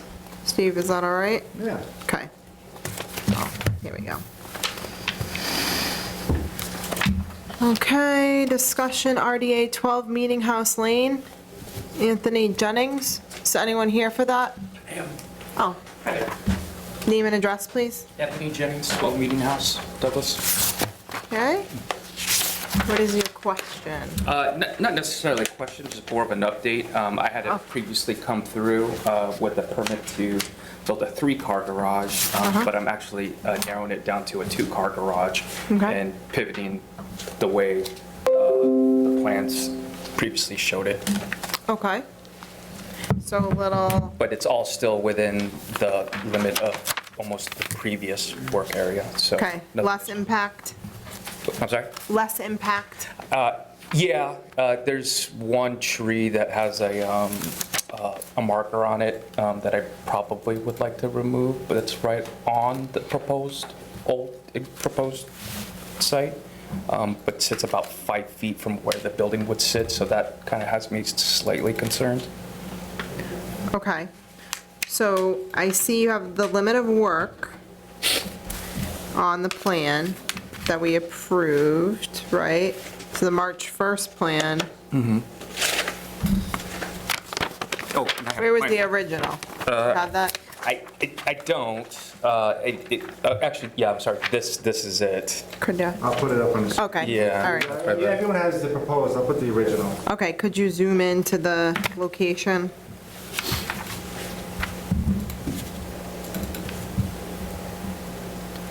So are you moving the limit of work line also? No. Okay. No. So everything else is staying the same? Oh, yeah. Except for, there's one tree? One tree on, yeah. Can you show us where that tree is? This is what was approved with the original. That's what was approved. Could you zoom in a little bit more? Because I have a glare over here. Okay, all right.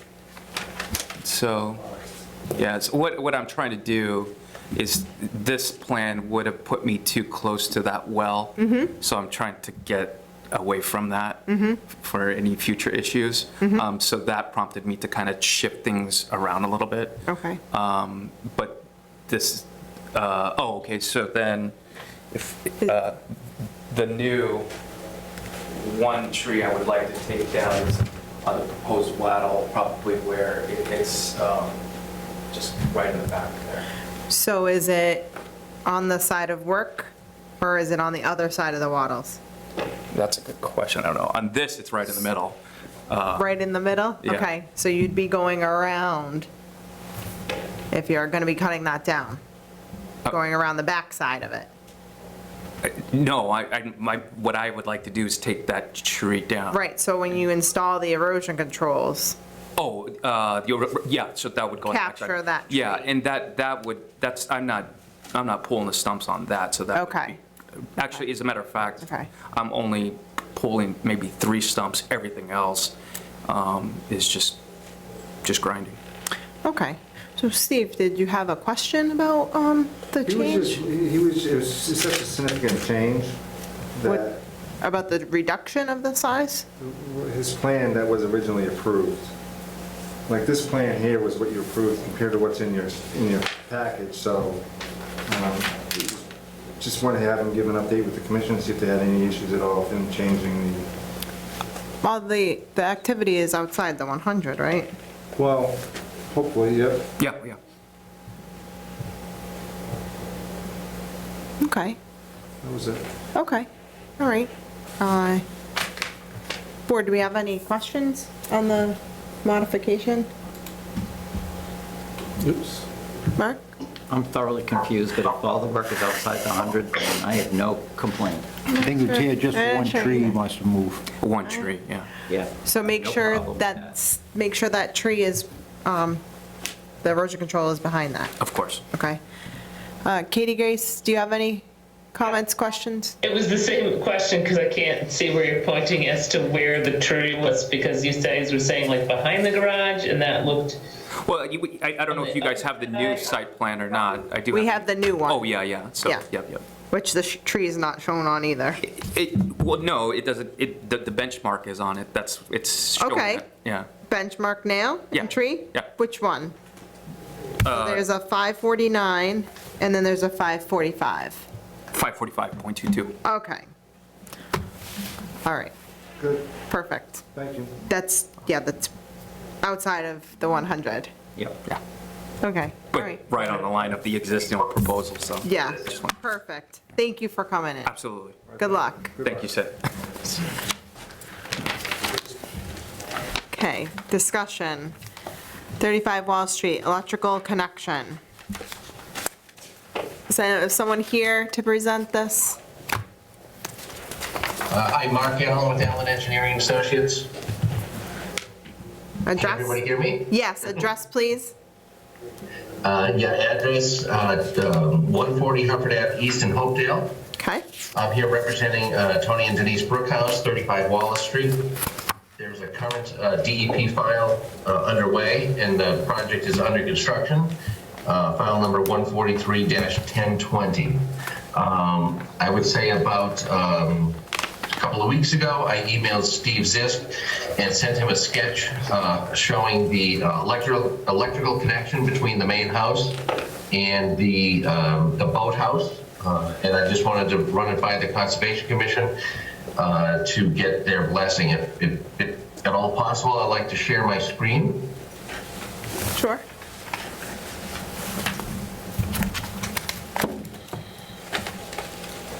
Go for it. Okay.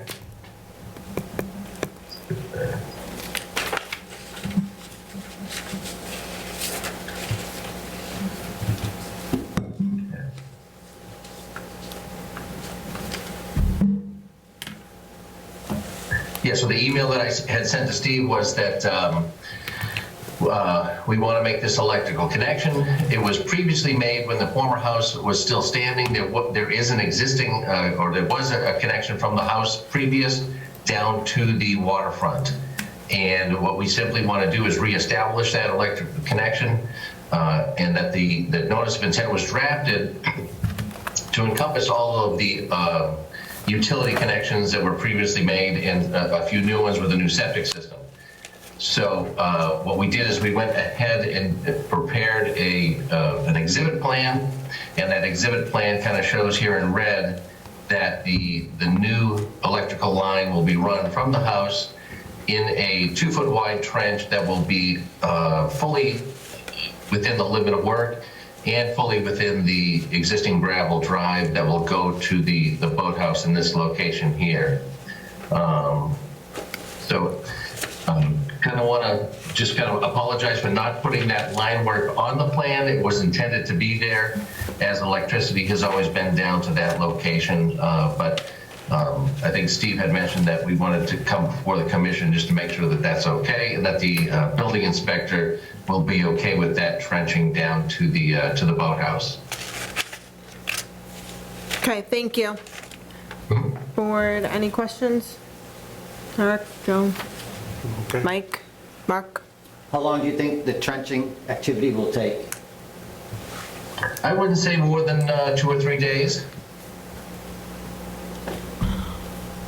That'd be my only concern. I mean, you're creating a channel way for water to run down once it's trenched, so it should be backfilled each day after your work is done. Yes. Okay. Yes, and the electrical inspector will need to be out there just to verify the conduit is placed in the right bed of sand and whatnot. So it'll depend upon, trenching for the day and the inspection per day. Okay, yep. Katie Grace?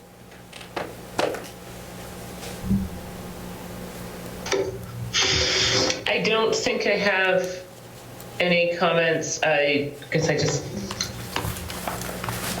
not clear on what the two lines are. Is it the blue line or the pink line? Pinkish. Magenta? Okay. Magenta line? Look black to me. Okay, perfect, thank you. It says ELEC, yeah.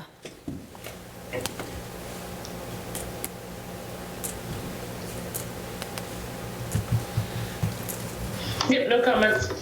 Okay. I'll entertain a motion to allow the trenching for the electrical conduit install. So moved. Motion made by Joe, Second. second by Mike. All those in favor? Eric Harris, aye. Joe? Joe Fitzpatrick, aye. Mike Greco, aye. Mark Mongewine. Katie Dudley, aye. Thank you very much. Great, thank you, have a good night. You too. BWC Whiten Reservoir, 45 Oak Street, same as the CRG project, just keeping that on for any updates that come in. We have in our file the construction sequencing notes. They haven't done any more, just some emails today from Art, there hasn't been any more, there hasn't been activity out there, but. Okay. Okay, and request for certificate of compliance, 55 Lakeshore Drive. Yep. So we have the request, is someone here on behalf of that item?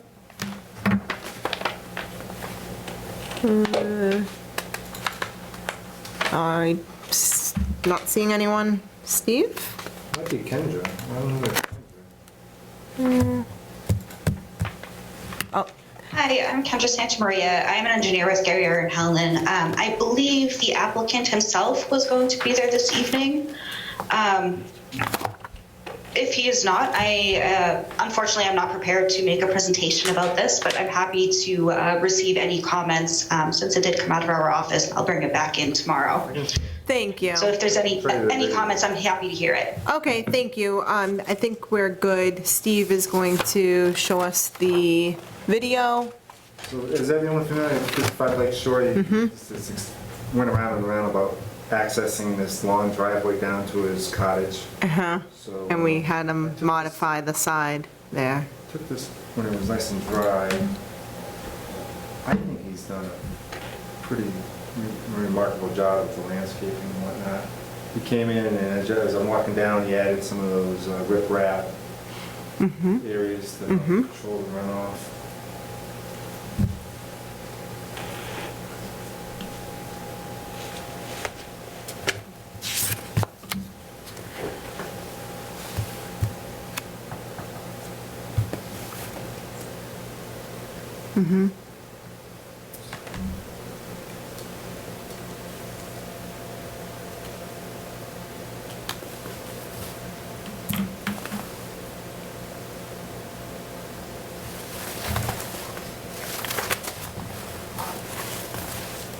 And he's got these areas to the left. And of course, I don't know if Kendrick can see that, but these are.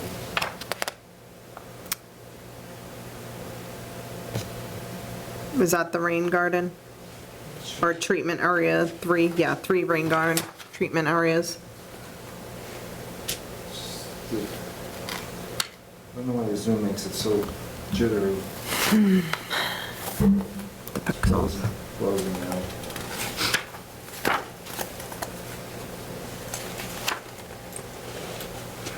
That's in back up to the left, huh? Yeah, let me just walk it down first.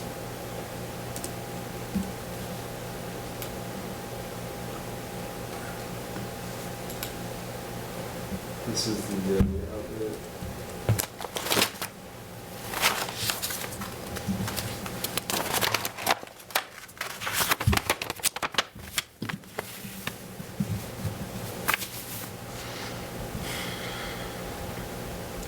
A little bit of road and fern on the, it's got that nice mound with the trees between that and the So it's, and you've got these areas, I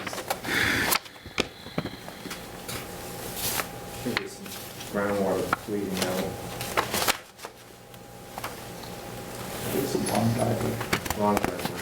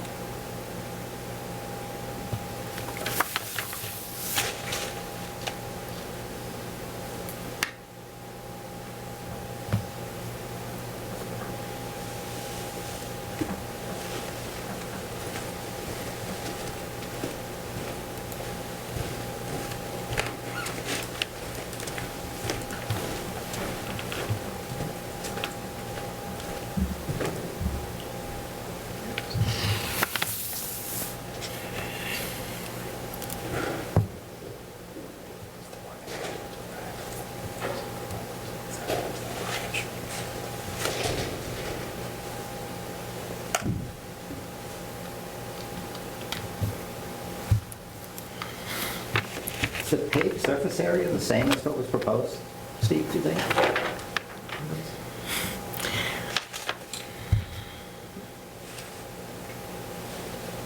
Let's ask Kendra that, because it's hard to see with the, well, we got the as-built plan in red. Do we have an So, yes, we do.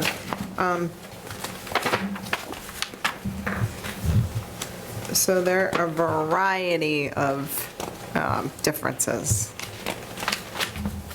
So the engineer letter has captured all those. The proposed, I think the big one is there was a proposed house, but it was not constructed. It was, the existing house was renovated and an addition was constructed. So I think that eliminated a lot of the potential work. But there's many, like the shed within the no build. Steve, did you see it? All the other changes? I see that too, yes. So, Was that shed new? Yep. yeah, so everything red, so there's 2 sheds. It's hard to quantify, there's no closing coming up, right?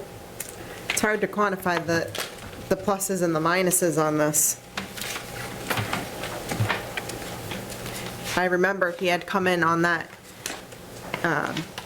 the swaling, there was some runoff, and like halfway down the driveway, those 2, the drains that we had him put, but then he didn't come back for any of the other changes, like the 2 sheds, the driveway, the parking area is closer, larger. It doesn't appear that the addition to the existing home really was any bigger or smaller. He came in and he reduced the size, I remember that. Right. At the same time, but, I think I do see a shed, a proposed shed. you do? It's within the red driveway area, right at the corner, just next to where the shed was built. I think I see something in there. So I see proposed gravel driveway, Yep, but then, goes oh, yeah, towards- I see it, proposed shed. yep. Okay, that moved a little, but then what about the other one? By the rain garden? Yeah, that one, there was a shed down by the water, I thought, but, yeah, I don't know why that one's there. And then the letter, I don't believe, is mentioning an additional new shed. No. And we don't have stabilization on some portions, Where? so they're saying areas not fully germinated.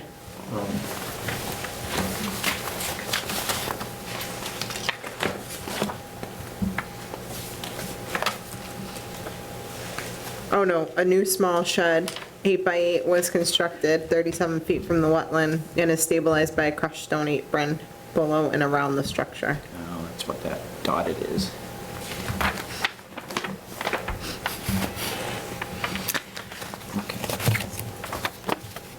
So board, I think we need to determine if this is within substantial compliance of their approval in the order. I think we made a visit to 115 Shore Road. I think we should be considering making a visit to this site as well. Yes. I think that there's a number of changes. Yep. So as we're looking at them on site, and I think we should have a copy of the approved plan, because it's Maybe have someone very, pointing out yeah. so many, will the engineer or the owner be out there to point out all the changes? I'm sorry, can you say that again? If the commission's gonna do a site walk, will the engineer or the owner be out there to point out all the changes? I believe the owner should be able to meet you for a site walk at some point. Unfortunately, I cannot schedule that, but I can have them reach out to schedule that with you. Okay.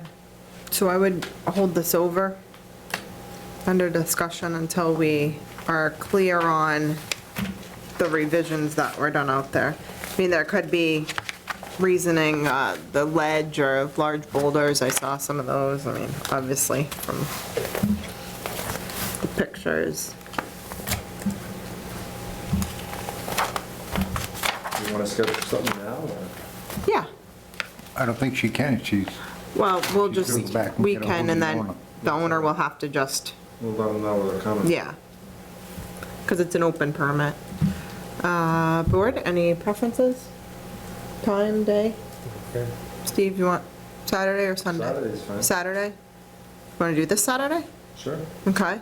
Katie Grace, are you available? Does that work? I am. Okay. The I 11th? am. The 11th? What time? 10? Sure.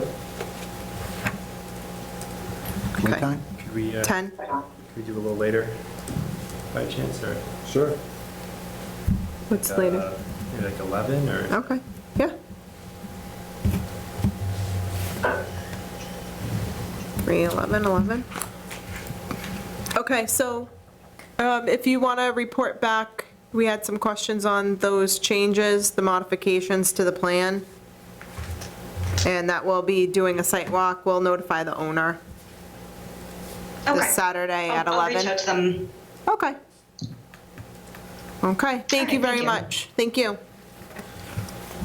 Next item, request for order of conditions extension.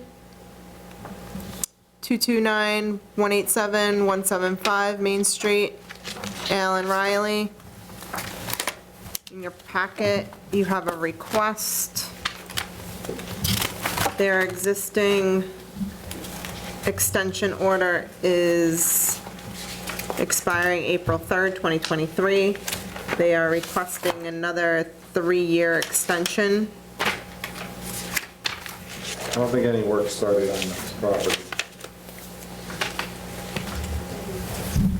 No work started. Katie Grace, any questions on the extension request?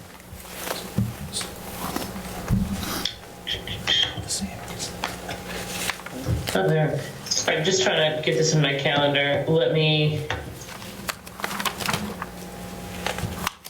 Did we? Can anyone jog my memory? Is this something that we looked at 3 years ago? Nope, 2017. Oh, okay. And then an extension was granted after in 2020. So Okay. before your time. Right. You saw it. Yeah, I'm planning. Is this, I don't even, Schuster's property? Yeah. no, I didn't. No? 2017? Doesn't sound familiar to I me mean- anyway. Comes out by, Schuster's and kind of. The lane, Cul-de-sac out by, what's Railroad Ave, what's that stuff, Brookside. Yeah, I've heard about it. I didn't see the plans for this. Oh, okay. I will entertain a motion To grant the extension. Is there a limit on how many extensions you can grant, or any discussion about that? Don't believe so. It's a limit for each extension. 3-year limit for each extension, same as what the original approval is, right? Well, we could do 1 year, 2 year, no more than the 3 year. And what's the reason for the extension? Probably so they don't have to re-permit it. They haven't done any work. Just keep Hasn't been going, sold. just keep extending them. I mean, if there's no new rules implemented, what would be the difference?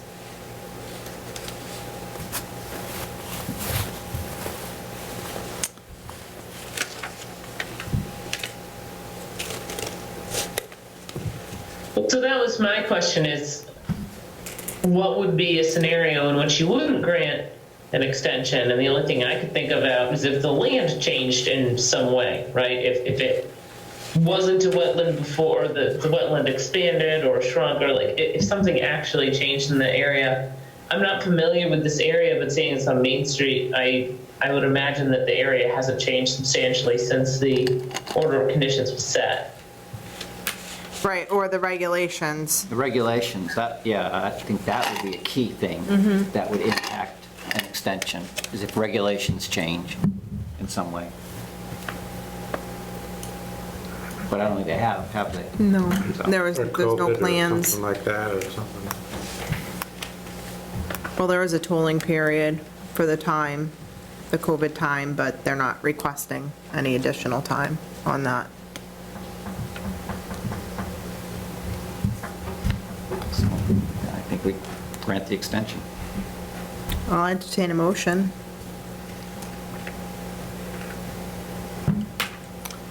So moved. To grant the extension for the requested 3-year term to April 3rd, 2026. Motion made by Mike, Second. seconded by Eric. All those in favor? Eric Ferris, aye. Joe Fitzpatrick, nay. Mike Greco, aye. Mark Monjamai. P.T. Dudley, aye. Okay, next item, request for certificate of compliance, 94 Island Road. Anyone here on behalf of this item? Hi, this is Kendra Santamaria again of Derriere and Hellman. I am here to represent the applicant at 94 Island Road, Daniel Russell, for their request for a certificate of compliance. The work consisted of the replacement of an existing septic system in the same location, has been completed, and we have no issues with it. So if there's any comments or questions, I'm happy to answer those. Thank you. This is a septic here. I think everything's within this stone, Yep, within the stone. so they had the retaining wall, Stone retaining wall. which was added. I don't think it was added. Nope, Oh. that was there. Can you see that? And do we have a letter of substantial compliance from your office? They did submit one. Okay. If you do not have that, I'm happy to send another one over. Not in the package? No, it's not in our packet, but if you say that, My fault. that's okay. You say that you submitted Okay. it? Thank you.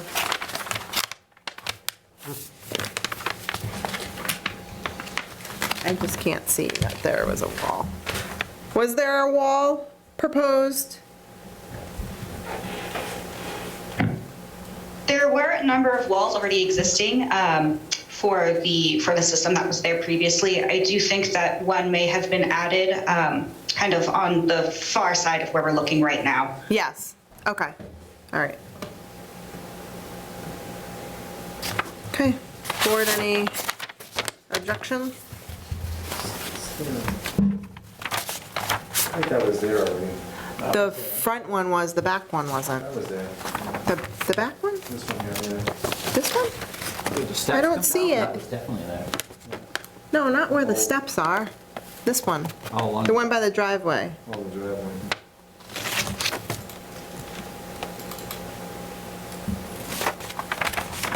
The nice stone one. Nicer. It was the very beginning, I think, of the video. Board? I make a motion that we approve the certificate of compliance for 94 Island Road. Motion made by Mark, Second. seconded by Mike. All those in favor? Rick Harris, aye. Joe Fitzpatrick, aye. Mike Greco, aye. Mark Mungin, aye. Katie Dudley, aye. Thank you very much. Thank you. Mark, can you hand me those files, please? Which one, please? Yeah, thank you. Okay, we also have in our packet, there's Graves Engineering. Jeff Walsh has submitted a proposal. Steve, do you want to just go over it for 115 Shore Road? It's on number 17, it's in the back of your package.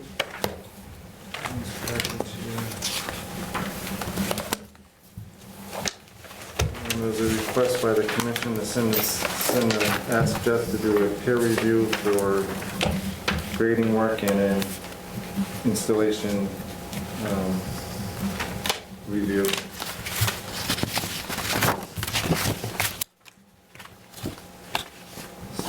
So that section's broken down into 3 different sections. I think they asked for, we're probably going to continue the meeting, they asked for continuance, but just... I did make that motion because Ms. Myers was here and also a gentleman in the audience, which I did not recognize. Oh, you already made it? Yeah. Oh, was that? Yeah. Okay. So there's a proposal from Jeff. Under engineering, you can see his scope of work. So is this not to exceed? Or, He's got. oh, okay, budget, okay. Ooh. Katie Grace, can you see the proposal from Graves? Yeah, in the share drive. Yeah. No, but I would like to. Is it in my email and I'm just not looking at the right one? It's in the share drive, Yes. under 115 Shore. Yeah. It was staring directly at me.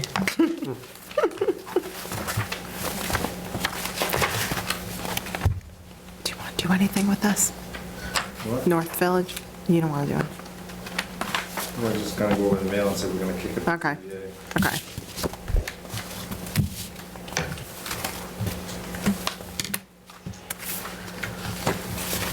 So we have. I'm reading. Yep. So I'm currently looking at PDFs of emails. Is that the content that I'm supposed to be reviewing? The work order number 2, they are recommending a budget of $3,500 to cover the scope of services. So this is for the 115 Shore Road culvert replacement, construction monitoring, and administration. Okay. Yep, Is it not? it is a work order. Yes. Number 2. Perfect. Number 2, yes, I see that. No, good labeling. Review and comment about supporting plans, sketches, similar construction-related documents submitted to the client by the project proponent. Prepare a letter, report, or email as appropriate of our findings. Attend up to 2 Conservation Commission meetings to discuss the plans, sketches, similar construction in the support of the upcoming culvert replacement, potential regrading of Shore Road. And perform up to 3 site visits with town staff and project proponent to observe construction, final grading, and stabilization of the work area. Prepare a written site visit report for each site visit, noting our observations and recommendations, if any. So we can make a motion not to exceed the 3,500 budget, and then we'll see how far that takes us. So moved. Motion made by Joe. Second. Second by Eric. All those in favor? Rick Harris, aye. Joe Fitzpatrick, aye. Mike Greco, aye. Mark Mungin, aye. KG Dudley, aye. Okay, thank you very much. Okay. Anything else, Steve? Just the mail. Oh, yeah. So Steve's got to recuse himself, but we have a memo from North Village, 32 Compass Point Drive, asking about a 30,000 gallon underground tank and water quality testing, a couple of various things. So we have this in our mail. I would request that we pass this along to the zoning board. They've got the jurisdiction. We've released our order of conditions on the whole project, so it's been fully compliant. So, March 6, 23. So Steve, if you could have Jen. I'll have Jen contact them. Okay, all right, thank you very much. Okay. Bob, did you have anything else? No. Okay, you're here for that, all right, okay. I'm gonna leave for the night, and Katie Grace is going to take over for the last agenda item. Yes, thank you very much. Katie Grace Dudley and I will be vice chair, and I will be chairing this portion. I'm going to review what the agenda refers to this as. And then it's the discussion item for McIntyre on just trying to, Steve, what's the address for this again? I'm just trying to pick up the... 118 Davis Street. Thank you. So, Steve, do you want to go ahead and provide a background? I mean, this was, you were getting a few different letters or complaints from butters about potential filling in the area or activity within the wetland boundary. Yeah. Or no, within the wetland, within a jurisdictional area of the Conservation Commission.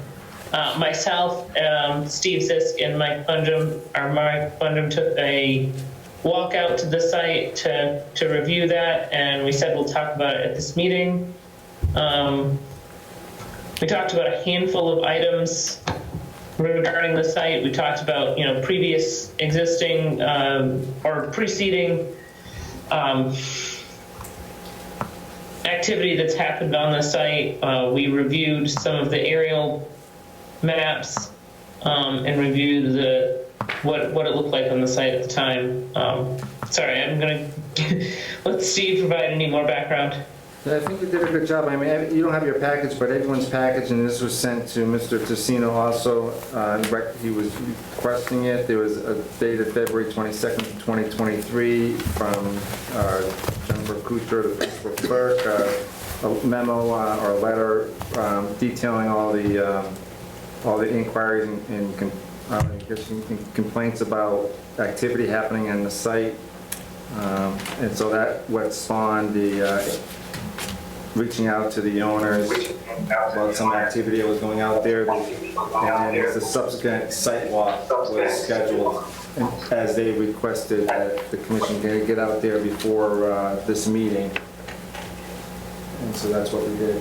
And everyone's package is the copy of the information that they've submitted, the aerials, also along with the certificate of compliance that they've submitted, and then there's a plan that was done by them years ago, dated, I think, 2005, if I'm not mistaken.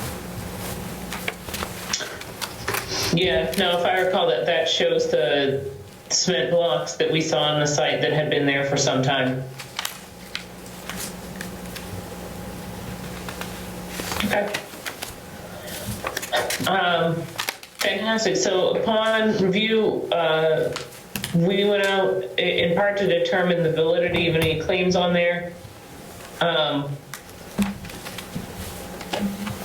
I looked at this site, Mark, I'll have you comment as well. It's clear that there's been some activity there on the site. There's not currently an open order of conditions. The activity consisted of adding some cement blocks. They said they had knocked down some hills, added some material. We asked about the material, that it was some recycled material. And that I asked them about the dirt that was kind of behind on the backside of the cement blocks. They said that's to support the cement blocks when you pull into those areas to remove or add material. But I think that the activity that made the space flat and the activity that you could see that there was fresh dirt along the slopes on the edges of the area constitutes activity on the site.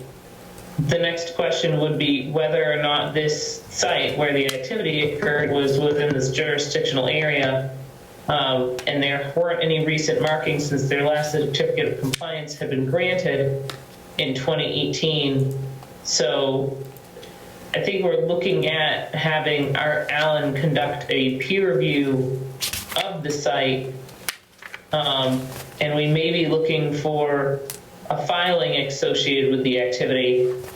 But I think first we want to determine if there's a violation. Okay, it's work, Steve. Was this done inside the wetlands setbacks or anything? This area is flattened out? Where's the wetlands right now? There's a plan that's submitted. I think the owner can maybe speak on it. I'm not sure if they staked out the buffer zone or they know where they are. Well, if I may, Jim Tassino, Riddle Work Development Corp. So I prepared this plan because we did this aerial photography. McIntyre Materials, reputable organization from town, needed a place to go because their new site wasn't ready yet. Ultimately, you guys are all familiar with the process and their relocation. So we did this aerial photography prior to their being able to use the site. So what you see on that is this orange line, which are blocks that were installed after a 1990 site walk with the town engineer and the conservation agent at the time. And then you see these green markings, which were the limit of the area that we were utilizing, that McIntyre was not allowed to go past. What they did is they installed, I'll hand out the next one. Oh, look at that. Excuse me. The next map, which we tried to scale so you can compare them to each other, is they installed a firm barrier to prevent creep towards where the wetlands resource area is. That is, the stones again that they weren't allowed to go by are green on this one. The existing wall since the 90s is orange. The wall or the bins that they installed is magenta or purple to prevent creep towards the wetlands.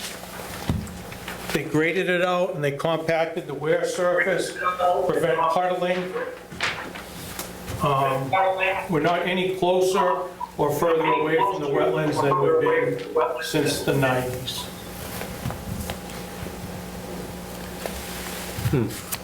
So this is the block walls that they created. So that would prevent any movement towards. This is the resource area right here. Oh. See it? So this is that resource area right here, right here. This is that stone wall that's been there for remnants of the stone. These are the magenta bins in the wall to prevent creep towards the resource area. So this is this area that we've used. This is those green stones that you can see on this previous one. This is the wall. Now they did put some dirt behind the wall to keep the block stationary, again to prevent the creep. I think you know. Yeah. No, thank you. I appreciate it. I didn't see any issue with the wall that was installed in the 90s in that area. My issue is what you're referring to as the magenta blocks that are meant to prevent creep in the future. There was clearly some fill dropped behind that area, and I think that's within the jurisdictional area. Well, if you came here months and months ago, there were big piles of dirt and processed material and a crusher plant set up. That's what we do on that property. Do you know what I mean? We're not doing anything more or less or different. The use hasn't changed, the location hasn't changed, the type of material we put there hasn't changed. We've suspended our use to allow McIntyre Materials to use the property in the interim for 1 year until their new site is ready for them to move over there. Upon their completion, we do plan on developing the site, of which we will, do our due diligence to design plans and comply with all of the regulations. But nothing's changed there since the 90s. I mean, something has changed, it's just not there. I also was on the site walk and observed the location. As Mr. Tuccino said, the work is substantially within the area that looks like it had been previously disturbed. It does not look to me like it has been extended, but it did appear that, from my observation, that the embankment on the wetland side, which is, I guess, the right side as you're looking at this page, had been disturbed, so it had become less stable, if you will. So that would be my only concern, was that an area that had been previously stabilized and approved as being stabilized by the Conservation Commission was now re-unstabilized, if you will. So that would be my only concern. I don't think the area of work has grown. I think it's still within the same area as you said, as you've always done work. That would be my only concern. I don't disagree with that. But what they did accomplish was, so before the water sort of did what they want. I don't want to get into a grading water drainage thing, but what they did is they created those bins to prevent creep in that direction. Right. And the bins do not drain towards the wetland, right. They drain away from the wetland. Right. Because if they didn't fix that, the bins would have filled up with water, the material would have floated, and erosion would have ensued. Yes. Yep, the water flows between the bins, as you said, and out towards the north side. And, right. So it's not going towards the wetland, which is a good thing. Right, and making them put the bins like that prevents them from encroaching. I did tell them they couldn't go by the rocks. So that green line right. is where I told them they could not go by right. When they went in there to fix up the property and put those bins in there. But, in a year, they're going to be gone, they'll be at their new facility, and then we'll be there, We'll probably start our due diligence and our survey and engineering this summer or the fall and be ready to go for next year. So, we will have a filing in the future. But, I think, they need to move forward. I find them to be very reputable. I actually use them for some things as a company. But, we can't delay them anymore. And, they've done everything we've asked. The zoning thought they needed to get a permit for retail sales if they chose to do it there. They've completed all the paperwork, they paid all the fees, they got their zoning permit. They want to be better neighbors. They're great neighbors, probably better neighbors than I am. But they need to start using the facility. Or they need to go someplace else, maybe not in town. And they don't want to piss anybody off, right? I would go use it because I don't think there's anything wrong. The letter or it seems to say that someone thought that there was filling occurring within a wetland, which is not, I don't believe that to be the case at all. That did not happen. I did reach out to the primary complainant. He didn't say anything about filling the wetlands. Apparently the building inspector, he was behind his other building at the time, removed some earth, and he had a tit for tat with the building inspector, and that was his question to the building inspector. He made me believe he didn't complain per se. I don't know the second person. Just based on what you presented here, it looks like you moved further away from that. That stone wall, is that the limit of disturbance? That was the original one? That was our original limit of disturbance. So it looks like you moved further away from it, just judging on where the blocks are, unless you move that block wall. No, You if can you- see the distance at the end of it, Yeah. from the old one to the new one, and he's actually moved closer to Davis Street. I went out to the site myself, I drove out there and took a look at it, and I see the dirt you talked about on the bankings. But that would, the way I look at it, that would occur with just grading that off, and you're gonna get something that's gonna go down. You can get some spillage over the edge, Right. right, exactly. So, But I don't even think that happened. I mean, I think it was just disturbed. yeah. But I didn't see any near where it was filled, I couldn't spot it. I can't either. You know, so I mean, personally, I think we, you know, it's now March. It's going to be hard to stabilize in March, but I think if we request that, you know, it be loamed and seeded or stabilized as soon as possible, then that would satisfy me of taking care of a situation. That's fair. Okay. So I'm going to ask the board, do we think that a violation has occurred here? I don't believe so. I don't either. Okay. So we think that the activity at the site was just normal activity that should occur on that site? Yes. Yes.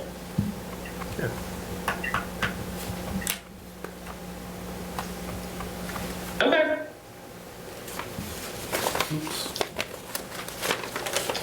So then we don't need to see a filing for the activity that has occurred? Nope.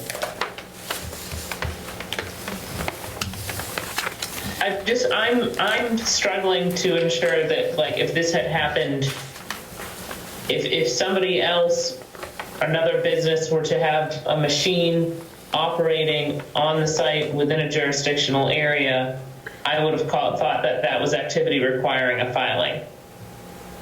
But this site was used for that all along, and they stayed within the area they were working. They didn't go outside of it. Why would that require anything? They don't have an active order of compliance.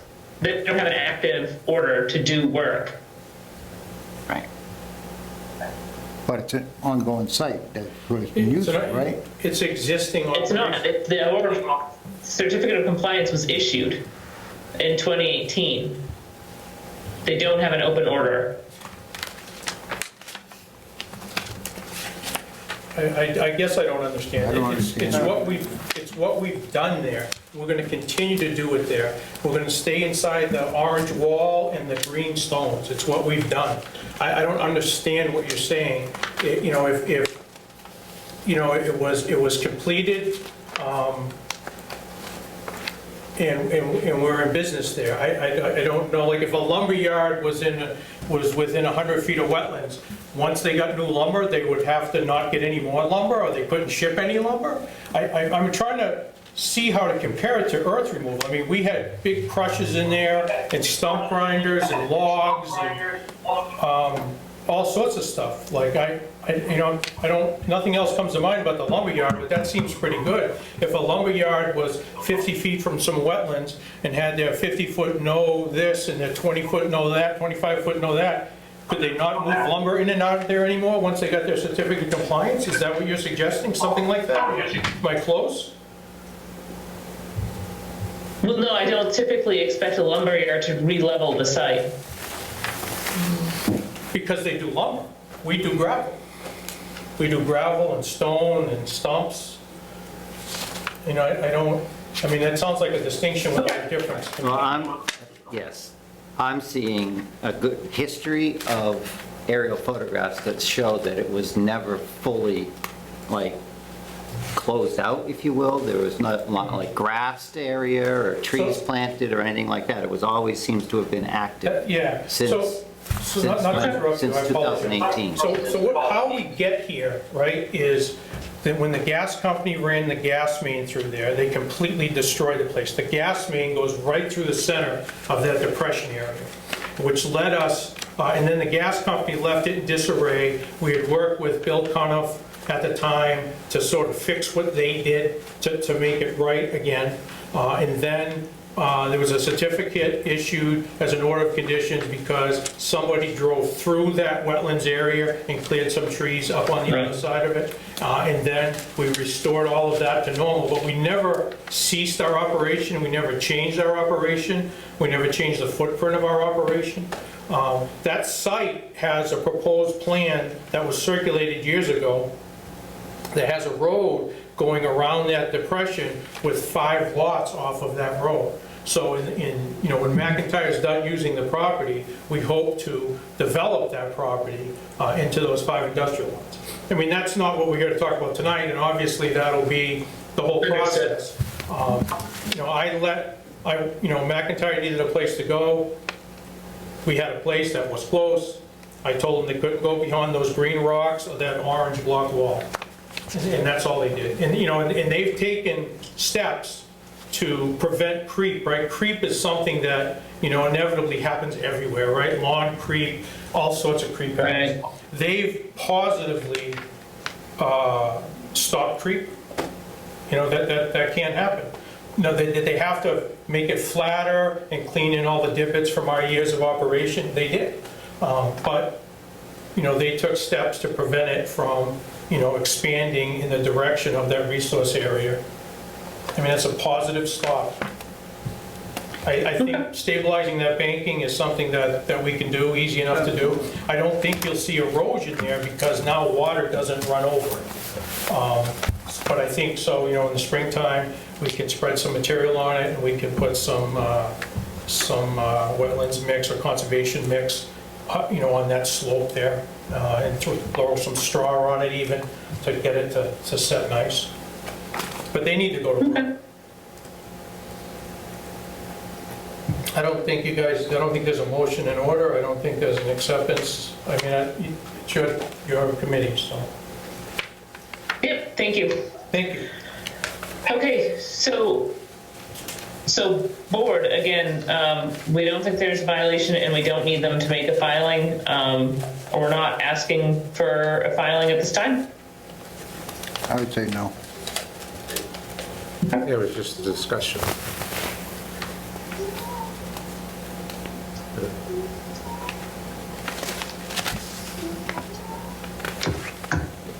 All right. Thank you. Yeah, I don't have a motion from one way or the other. So, Steve, do you think we need to vote on anything, or?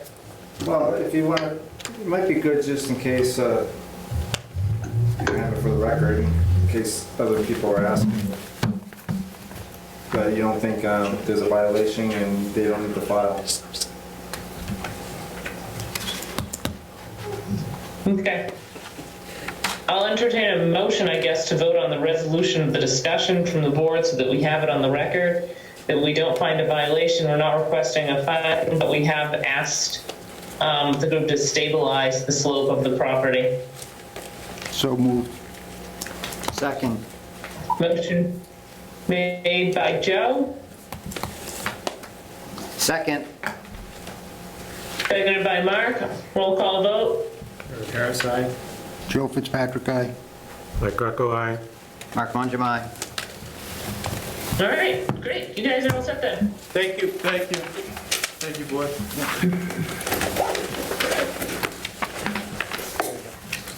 All right. I don't think we have any other items on the agenda, so I'll entertain a motion to adjourn. So moved. Second. Motion made by Mike, seconded by Mark. Roll call vote. Harris, aye. Joe Fitzpatrick, aye. Mike Greco, aye. Mark Mangum, aye. All right, KT Dudley, aye. Thank you.